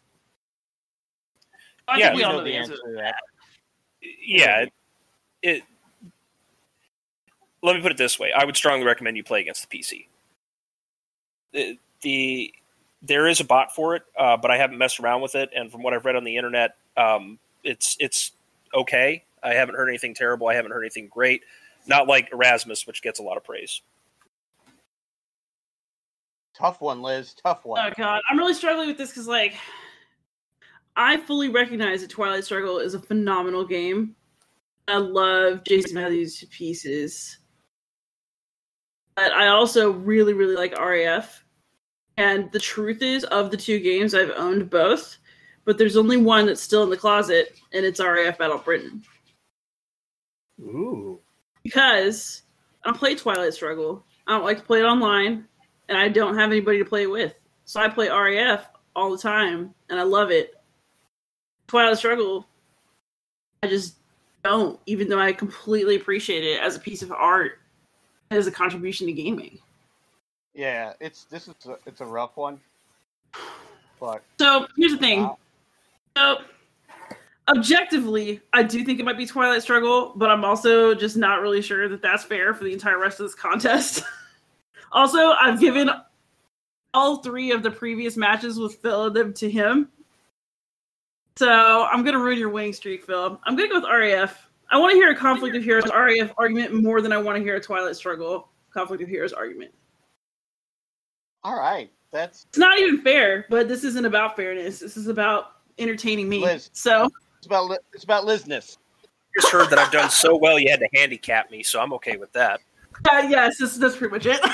This was a hard matchup. You had to discriminate on something. These games are both amazing. Hey, Phil, really Phil, do you want to relate the time where you ran away in Sky Galleons of Mars because your guys got all shot by Nordenfelds?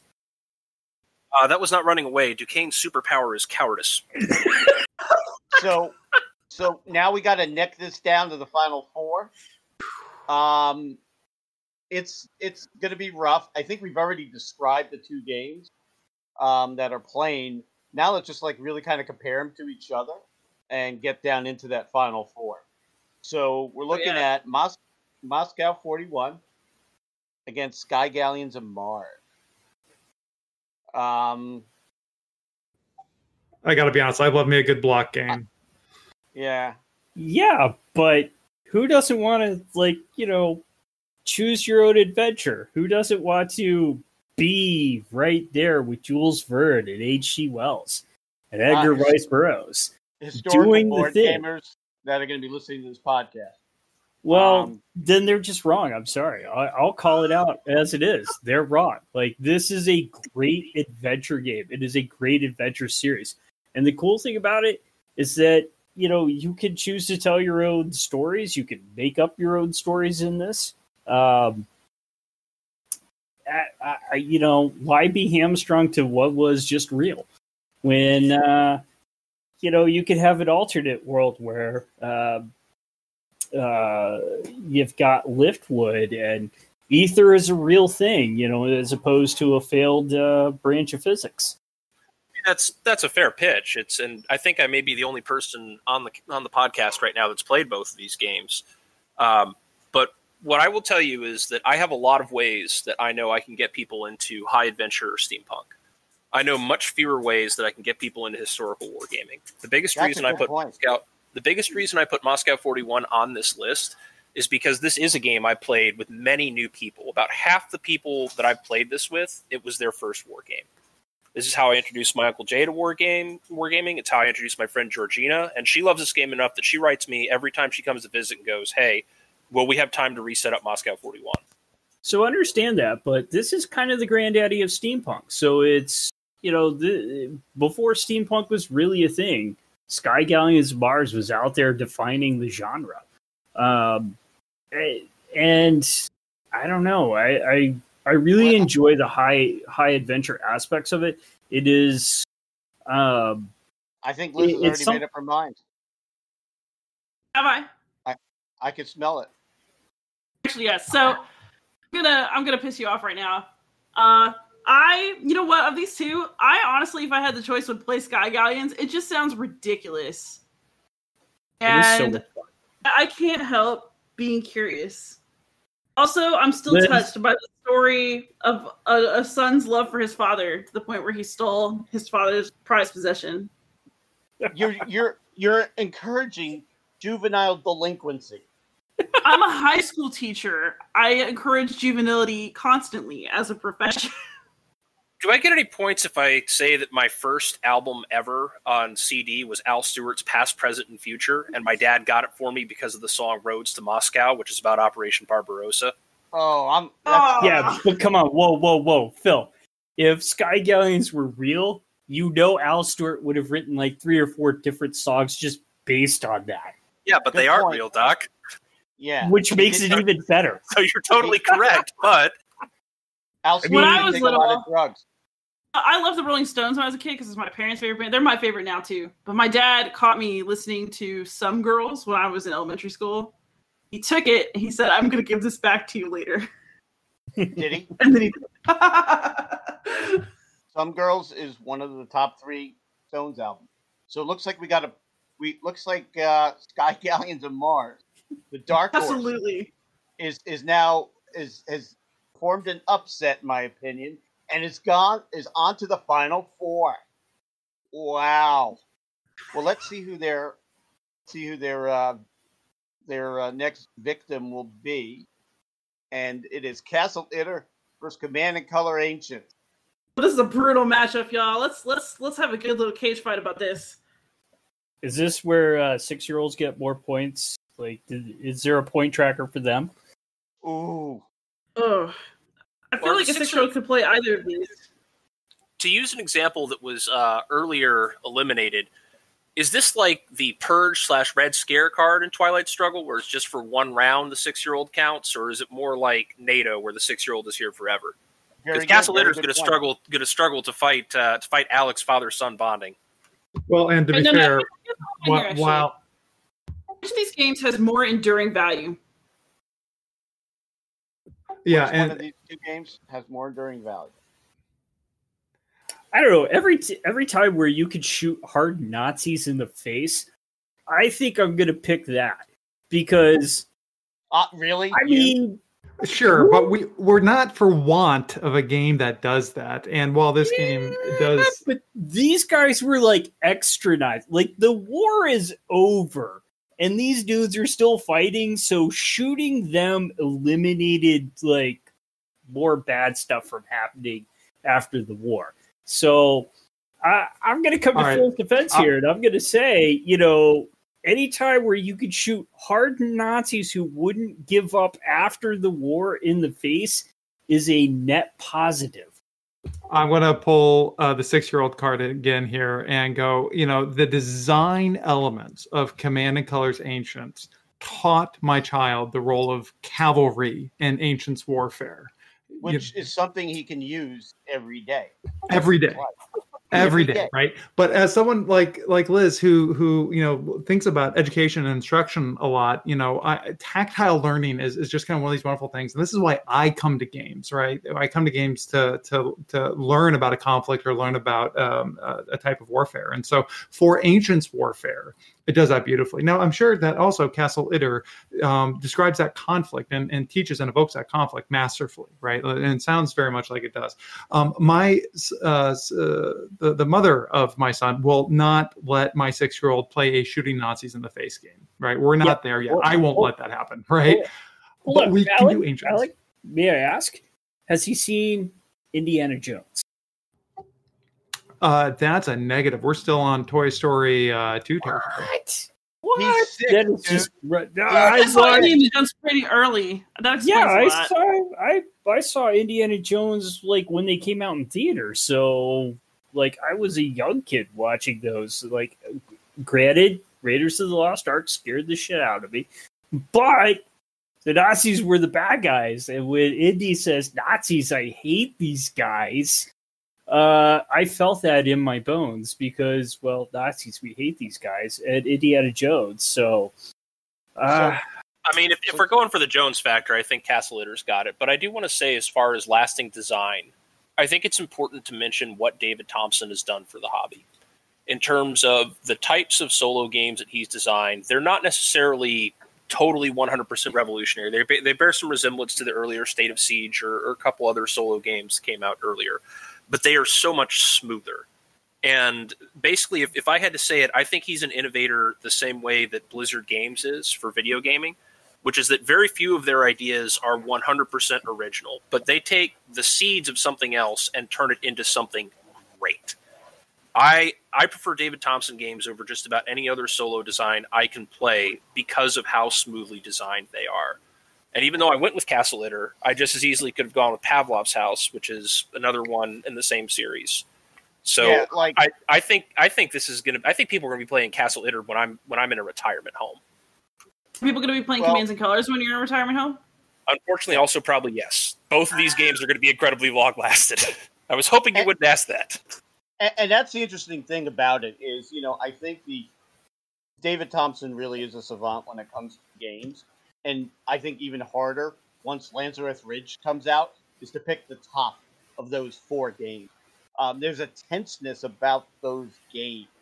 But, there's something enduring about the Command and Colors portfolio that Command and Colors Ancient really just... This is a really hard one, and it's really comparing fruit to vegetable. Yeah, I'm going to be entirely honest, Liz. This would not be an easy decision for me to make, and I've got a dog in this fight. So, all right, I've been sitting here thinking about it, and so for personal disclosure, David Thompson is my dude. I love him we're actually friends. I adore his game series. I think it's great. But he adores you too, by the way. To be honest, it seems to me like Commands and Colors has so much scope and so much variety, and also represents Ancients, which I can't help being a little bit biased towards. I just feel like, especially because the Valiant Defense series is ongoing, and Itter's in some ways the most nascent form of that series. I feel like Commands and Colors is the one that I would choose in this matchup. Yeah, it's a rough one. Yeah. It's not an easy choice because, if it's personal, Castle Itter's the one that I own is in the closet. But what people say about Commands and Colors, what y'all have said about its enduring value, what it clearly does as a system, I feel like that's still indisputably on top, at least for now. Maybe not forever. Yeah, well, so it looks like Command and Colors makes it to the Final Four. That was a hard one, man. Oh. That definitely was rough. It's, but we're here to make the hard decisions, and really, whoever wins, and decisions that really matter, because the world turns on these choices tonight. Oh yes, they will. Everyone's holding their breath. So, Command and Colors Ancient is moving on to the Final Four. Well done, Alecc. Next, we have Squad Battles versus Sink the Bismarck. Whoa. We do not. We have Squad Battles versus Empire of the Sun, which I just can't wait to hear this fight. Let's hear this. All right. So, here's my thing. For Squad Battles, very good teaching game. I could teach somebody how to play it in 10 minutes, and they have fun. I could definitely say it's a fun game. You can get finished within an hour. It comes with a ton of scenarios, and Mark Walker is still pushing out scenarios for the game. To me, it's playability, where I look forward to playing it for the hour that I have to play it. It's just a lot of fun, and I'm going to give fun factor for it. I like monster games, but I have a hard time really committing to a monster game. I remember doing Highway to the Right, friends of ours, with friends of mine, about 8 years ago, and it was 6 of us that were playing. Almost all of us hate each other now because of the monster game. It was very stressful. Where Squad Battles, I think, immerses you, but it doesn't bog you down for 6 or 7 weekends in a row. Now, Empire of the Sun is a game that is on my list to play, but it scratches a different itch. And I think as we neck these down to the Final Four, it gets rough, because I think both of these are really good. So I would hate to be Liz once again. I would love to play Empire of the Sun one day. I would love to see that get, table. It's just, it's a commitment. Where, all right, so why should we commit to Empire of the Sun? Tell me. Well, first, I will start with the metagaming. This is the only grand strategy game left. Everything else that's currently being discussed is at a lower level than that. And this is a really hard level of warfare to game. And it's really not fair to put Empire fully in that, because it honestly goes down to high operational with all the little battles that you have going on. But what I'm going to argue makes Empire different than anything else on here is how unique it is. 65's good. Mark Walker's a good designer. But I can get you a bunch of infantry games. I can get you a decent amount of infantry games in Vietnam. In fact, I can think of at least one more even designed by Mark Walker, which was his Heroes of the Nam at L&L Publishing. I cannot get you another high operational, low strategic in the Pacific. The only ones that I'm aware of either have that as one theater, so it's a whole war game, something really high up, really abstract like Axis and Allies, or there is an upcoming one, I think it's Conflict and Consequences, which is Triumph and Tragedy for the Pacific, but that's not out yet. If you want to understand why the Pacific War went down the way it did, and you have the time to invest, Empire of the Sun is your best choice. It will explain so much about why certain decisions were made. It will explain so much about the complexities and the tyranny of distance. The biggest adversary in this game, in my opinion, is not necessarily the other person you run into, so much as trying to figure out how, with a limited amount of command, a limited amount of activation, do I get the things I want in the time that I want. It is incredibly challenging, but incredibly teaching. That said, there's no denial. It's got a high entry cost. I don't think anybody's going to argue that. But of everything left on the board right now, it's the only one with a high entry cost. And I think it would be a shame if it lost on that metric alone. Ooh, so are we saying this is a fight between Cheap fun and deep learning. Yes. Woo! Well, and I would say that this title is also fun in the puzzle nature. So again, when playing solitaire or playing with a patient opponent, having time to look at things, Empire of the Sun, you just get a chance to see at, and you look and play out in your head 2 or 3 moves, right? This isn't something where it's the like a tactical game or squad tactical game where it's the immediacy of the now, right? You're being suppressed now by that guy. You've got to rally, right? But this is very much a, how am I going to leapfrog across these islands? Where do I need to position my carriers? And if I do that, am I overstretched, right? It's a puzzle game in my mind as much as it is a war game. Yeah, this is definitely a tough one. Both of these are really good games. I'll throw this out. I have bad news for you, Mitch. I think that you're the only one for whom this is a tough decision. I think that the obvious choice between these two is Empire of the Sun. All right, I'm rescinding my PayPal. Too late. I cashed. No, joking. Okay. Brief correction. Heroes of the Nam was on a Mark Walker engine, but it was a Jeff Lewis design. Sorry about that. Jeff Lewis design. Honestly, Empire of the Sun sounds really, really, really interesting. I would really like to try this at some point. It just sounds like the kind of challenge that is worth half your weekend or the whole thing, maybe. If you did a review for Erasmus, I promise you Mark Herman would be super stoked on that. Like that, the Erasmus bot. Yep, the Erasmus bot is on its 2nd edition, the 2.0 version. It is a gigantic flowchart, but it plays pretty well. Oh. All right. So she made her decision. This was a rough one. But Liz, I think you're answering the questions of which game to pick in the best way. Which one are you more excited about playing? And, this is why we do these podcasts, to get people excited about games we love. All right. So are we ready for the last one? Yeah, this is actually hard for me because this is 2 games that I enjoy. Y'all are going to have to help me decide which one to pick. You got to fight it out. I'll tell you this. Conflict of Heroes. Yeah, they're both really good games. I mean, and I'll tell you what, this is getting down to the Final Four is rough because these games are just way different. I think Conflict of Heroes with the solo bot means that any wargamer that buys it can get that experience.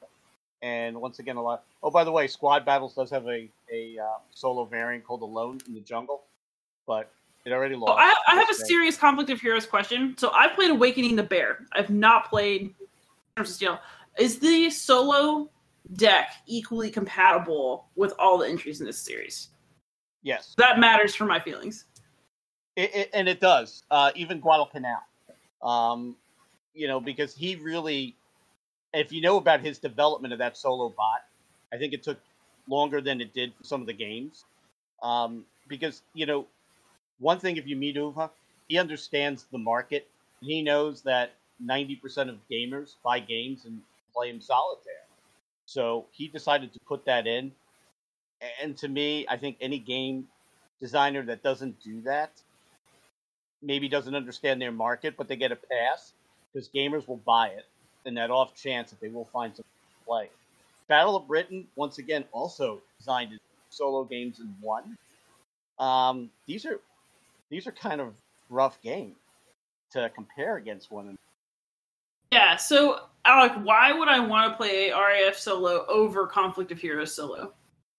Well, one way that I take a tack at this is the treatment of the subject matter, right? The advent of the air as a warfighting domain was experimented in World War I, and there were theories that were built in the interwar years as to the role on these technological innovations, but it wasn't put to the test until the advent of hostilities in World War II, and one of the first places where it really got put to the test of 2 modern equipped air forces grinding against one another was in this area. And this for England was for all the marbles, right? These pilots were getting up, in home country and going into combat to save their mates. And so from the treatment of the subject matter, it's fascinating in that it gets at a type of warfare that was new and then forever would impact and have a thumbprint on warfare from then on, right?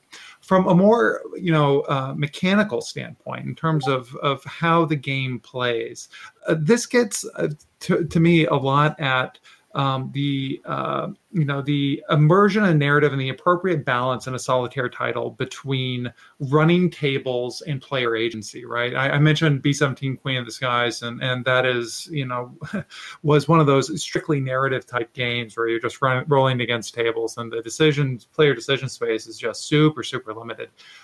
In these, and that's always then the balance that these solitaire systems are looking to balance against, in my opinion. So this game has a good balance there in that it's got to have that narrative evocative feeling that is historical here, right? That the RAF is on the ropes, and you're not going to have a lot to do against that, but you are going to be able to choose when and how you commit and how much. And at times you're not going to know what's going to be coming up next. And it's that element of tension that's just gorgeous in this game, and that you live for, game turn to game turn. Let me get Doc Walrab interested in this game. You get to shoot tigers and panthers in the face with T-34s, Doc. All right, so here's my struggle with choosing between these games. So I'll be really, really honest.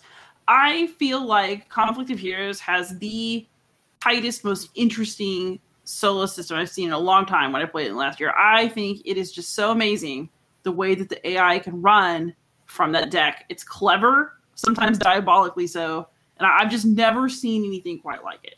However, I also think that Alecc is right that in terms of treatment of a historical subject, that RAF has it. To be honest, Conflict of Heroes as a game about war and history is pretty shallow.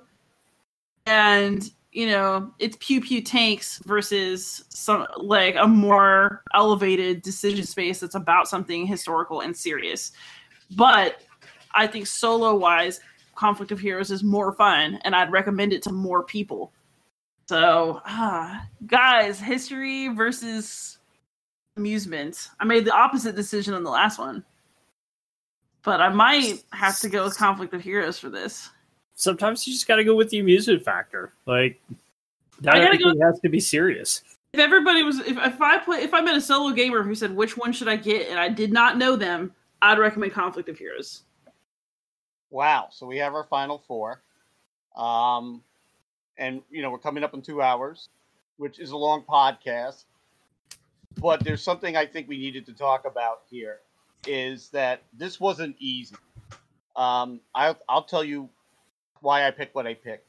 I picked games other than Storms of Steel Verdun that had some type of pizzazz and, very well known out in the gaming community.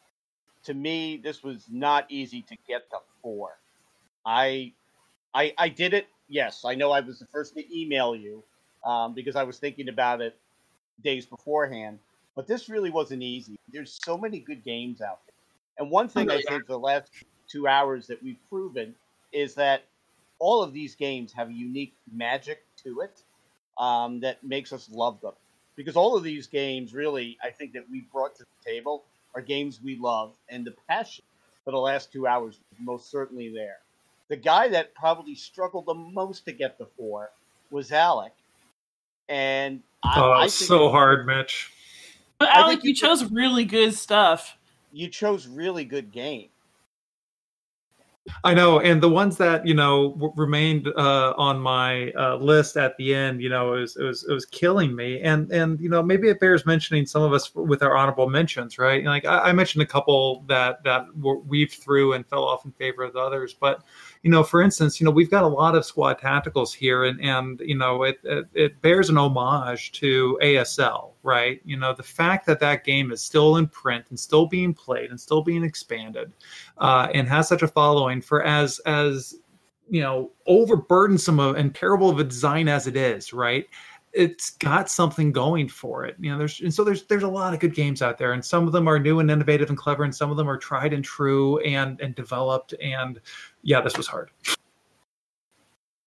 Well, and if I'd been the one choosing games, I would have chosen a different set of games, I think, which also just because there's so many good things out there. And even like my judging, it's not consistent. I did not have a rubric going into this. But there were compelling reasons to go with any of these for just any whim, because they're all clearly worthy entries, which I really, one of the things I love about gaming is that, you know, no one game I think can satisfy you forever, but also no one game has to. Yeah, and you're also looking at 5 people on this podcast that probably have like almost 150 years of combined gaming experience. So it's not like we just woke up yesterday and picked 4 games. I mean, any of these games in the Sweet 16, I think that if any of these titles somewhat click your interest, you will not go wrong in getting any of these games if you can find and afford it, which, you know, is something to think about. You know, these games are all classics in their own right. And, you know, just like every song on an album is somebody's favorite song, this is somebody's favorite game. And I couldn't answer the question, what was my number one favorite? Interesting thing, too, about all the squad games that are up here. Squad games seem to have such a broader appeal for gaming, more so than strategic games. And I would say that, you know, operational games kind of either tilt towards a lot of tactical decisions or a lot of strategic decisions. But, you know, there's a beauty about both of them. All right, who's writing? Actually, that is my cat. Kato is very angry that his mother has been in the office for 2 hours without him. Doc, Phil, how hard is it for you to come up with 4 before we sign off and come back in a couple of weeks? So, yeah, this was difficult. You know, we talked about honorable mentions. I actually didn't pick any solitaire games this go around. However, there is a solitaire game that I could have, and it goes along with the Martian theme, and that's War of the Worlds Japan. That's put out by DVG Games. You know, Phil will tell you that my love of War of the Worlds is sometimes borders on the obsessive and perhaps compulsive, as he has had to sit through many a conversation about, well, what if tripods had done this? But this is a game. It's not an expansion. It's really its own individual game line. But TVG has this War of the Worlds solitaire games, and one of them is what if 1890s Japan had to take on War of the Worlds? So you get this interesting mix of Japanese technology at the time having to fight, you know, the Martian tripods, and that, you know, if I had to, you know, that might be my honorable mention. It's difficult. You know, clearly I didn't pay attention to the rules when I chose my games, and that's how you end up getting Sky Galleons of Mars in the final 4. But you know, I also feel like Sky Galleons of Mars, this is clearly your personality. It's not that you don't like history, from what I can tell, but you like alternative history. Like, oh, what if I combine this with this? Like, what if we brought this steampunk thing and combine it with this other thing? Like, even the way you just recommended, like, oh, what if World of Worlds met this? It's who you are, man. I don't think you can help it. I think that Sky Galleons is probably the best reflection of your tastes. Again, it kind of goes back to you want to read Castles of Steel, but then you want to play it with aerial battleships. Cool. Sky Galleons of Mars will tell you what the difference between Krupp Steel and Harvey armor is when you fight that out on the tabletop, because there are rules for that. So, you know, it's a neat game. It has a loyal following out there, and they have broadened it. You know, it's part of the Space 1889 game systems. So it's out there. But yeah, I mean, I can't talk about games without coming back to that, because that was the thing that got me into serious gaming. Was there any game, Liz, that you felt you would totally expect to be in the 16 that wasn't? Any classics? Ooh, that's a good question. The thing is that my tastes are different because they're so heavily informed by the fact that I solo game. Like, so much that I don't really have a decent perspective on what non-solo heavy people play, if that makes sense. Yeah. I mean, there's so many things that I could think of to go on here. Like, at the same time, what I think of as a classic or as something obvious is probably not something that somebody else would. Like, I was surprised not to see any coin games at all, but I like coin. That's a me bias as well. You know what I mean? I like quirky Hollandspiel games, but that's also an acquired taste, and that's not necessarily a mainstream war game. So the choices I would make don't necessarily reflect like the main population of war gamers. It's the brutal, pick only 4 thing, right? Because I think for me, coin was on there, Hollandspiel was on there, but it just didn't come up above that cut line. For me, I had a rule about I didn't want to repeat designers because Fire in the Lake was on there. But between Fire of the Lake and Empire of the Sun, both of which are Mark Herman, I really thought Empire of the Sun was the stronger choice. But I didn't make that easily. I've gotten Fire in the Lake to table more times. Yeah, and I was going to say, for me, my shtick here is war games in the air domain. That's really my love and my passion. And so two of my 4 games are there, and it's just so interesting that across all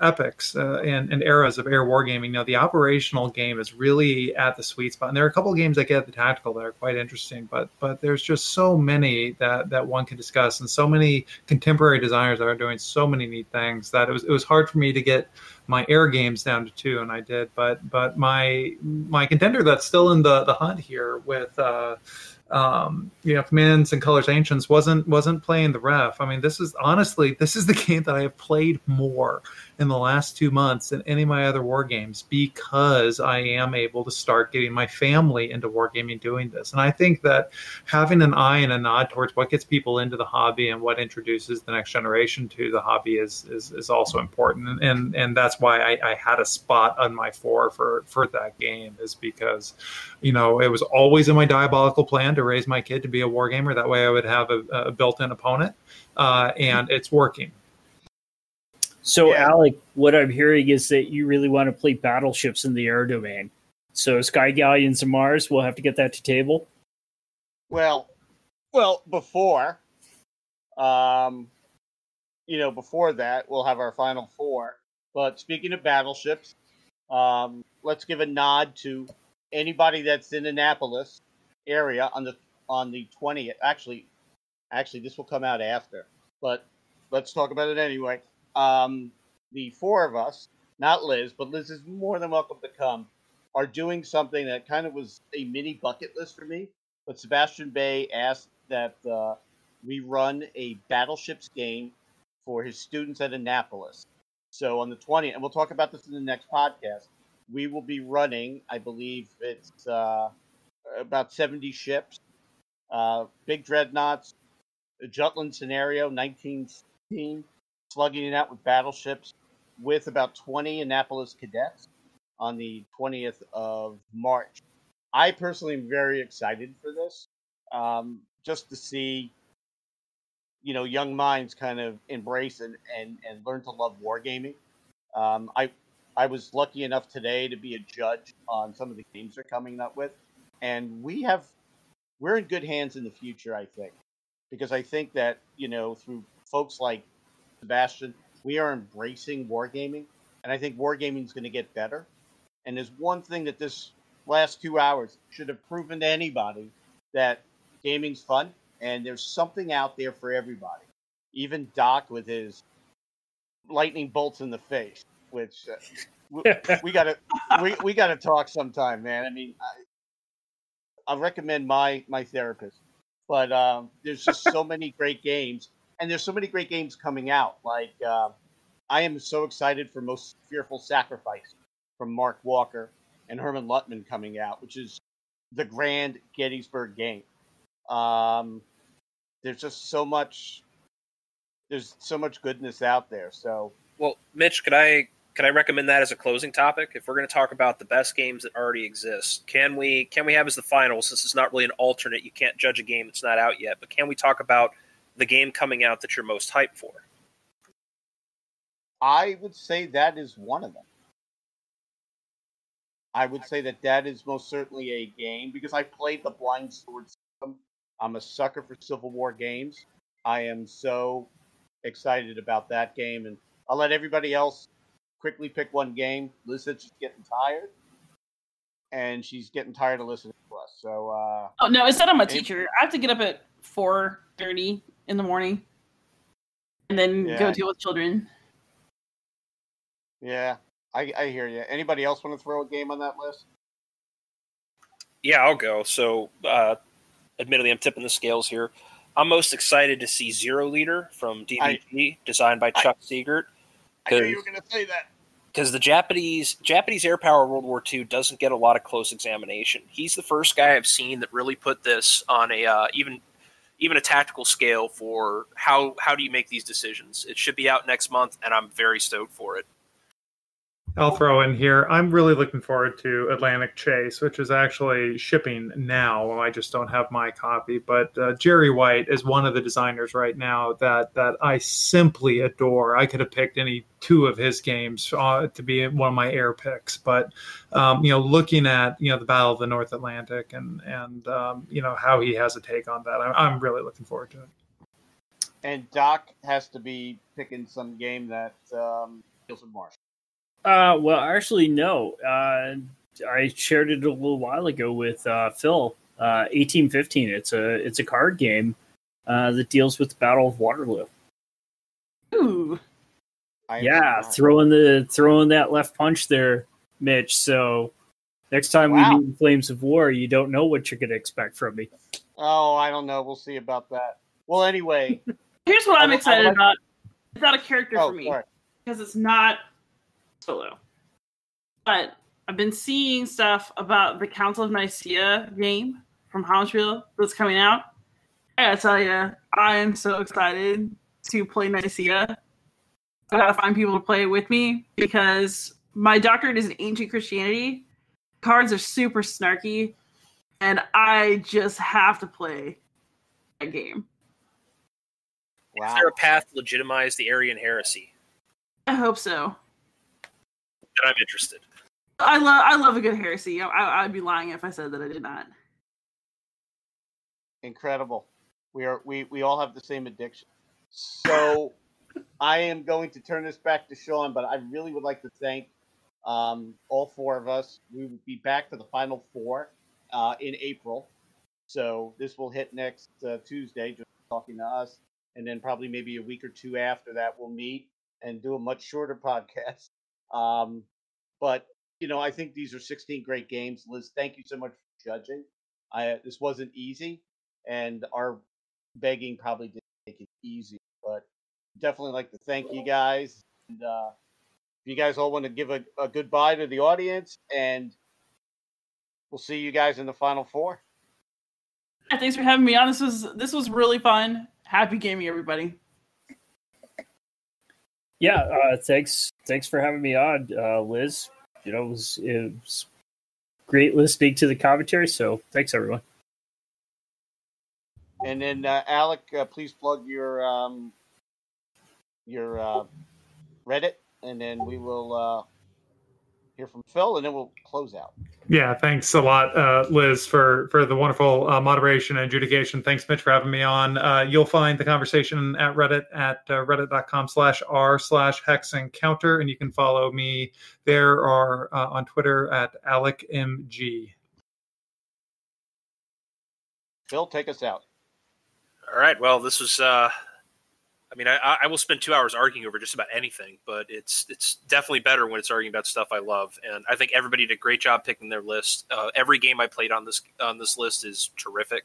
And I just want to, again, double tap on what Mitch said. Like, if any of these sound interesting to you and you can get a hold of them, trust me, it's worth it. I have one more thing to say, which is that today, don't forget, is a very important day. It's the Ides of March. Yes. Day on which Julius Caesar was assassinated as part of a group project by the senators of Rome.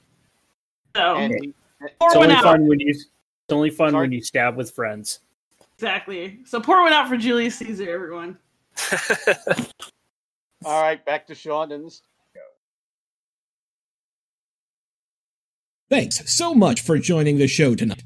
Remember to follow us on Twitter at No Dice, No Glory, and keep the conversation going on NoDiceNoGlory.com, now featuring our own message boards. Have a great night, everybody.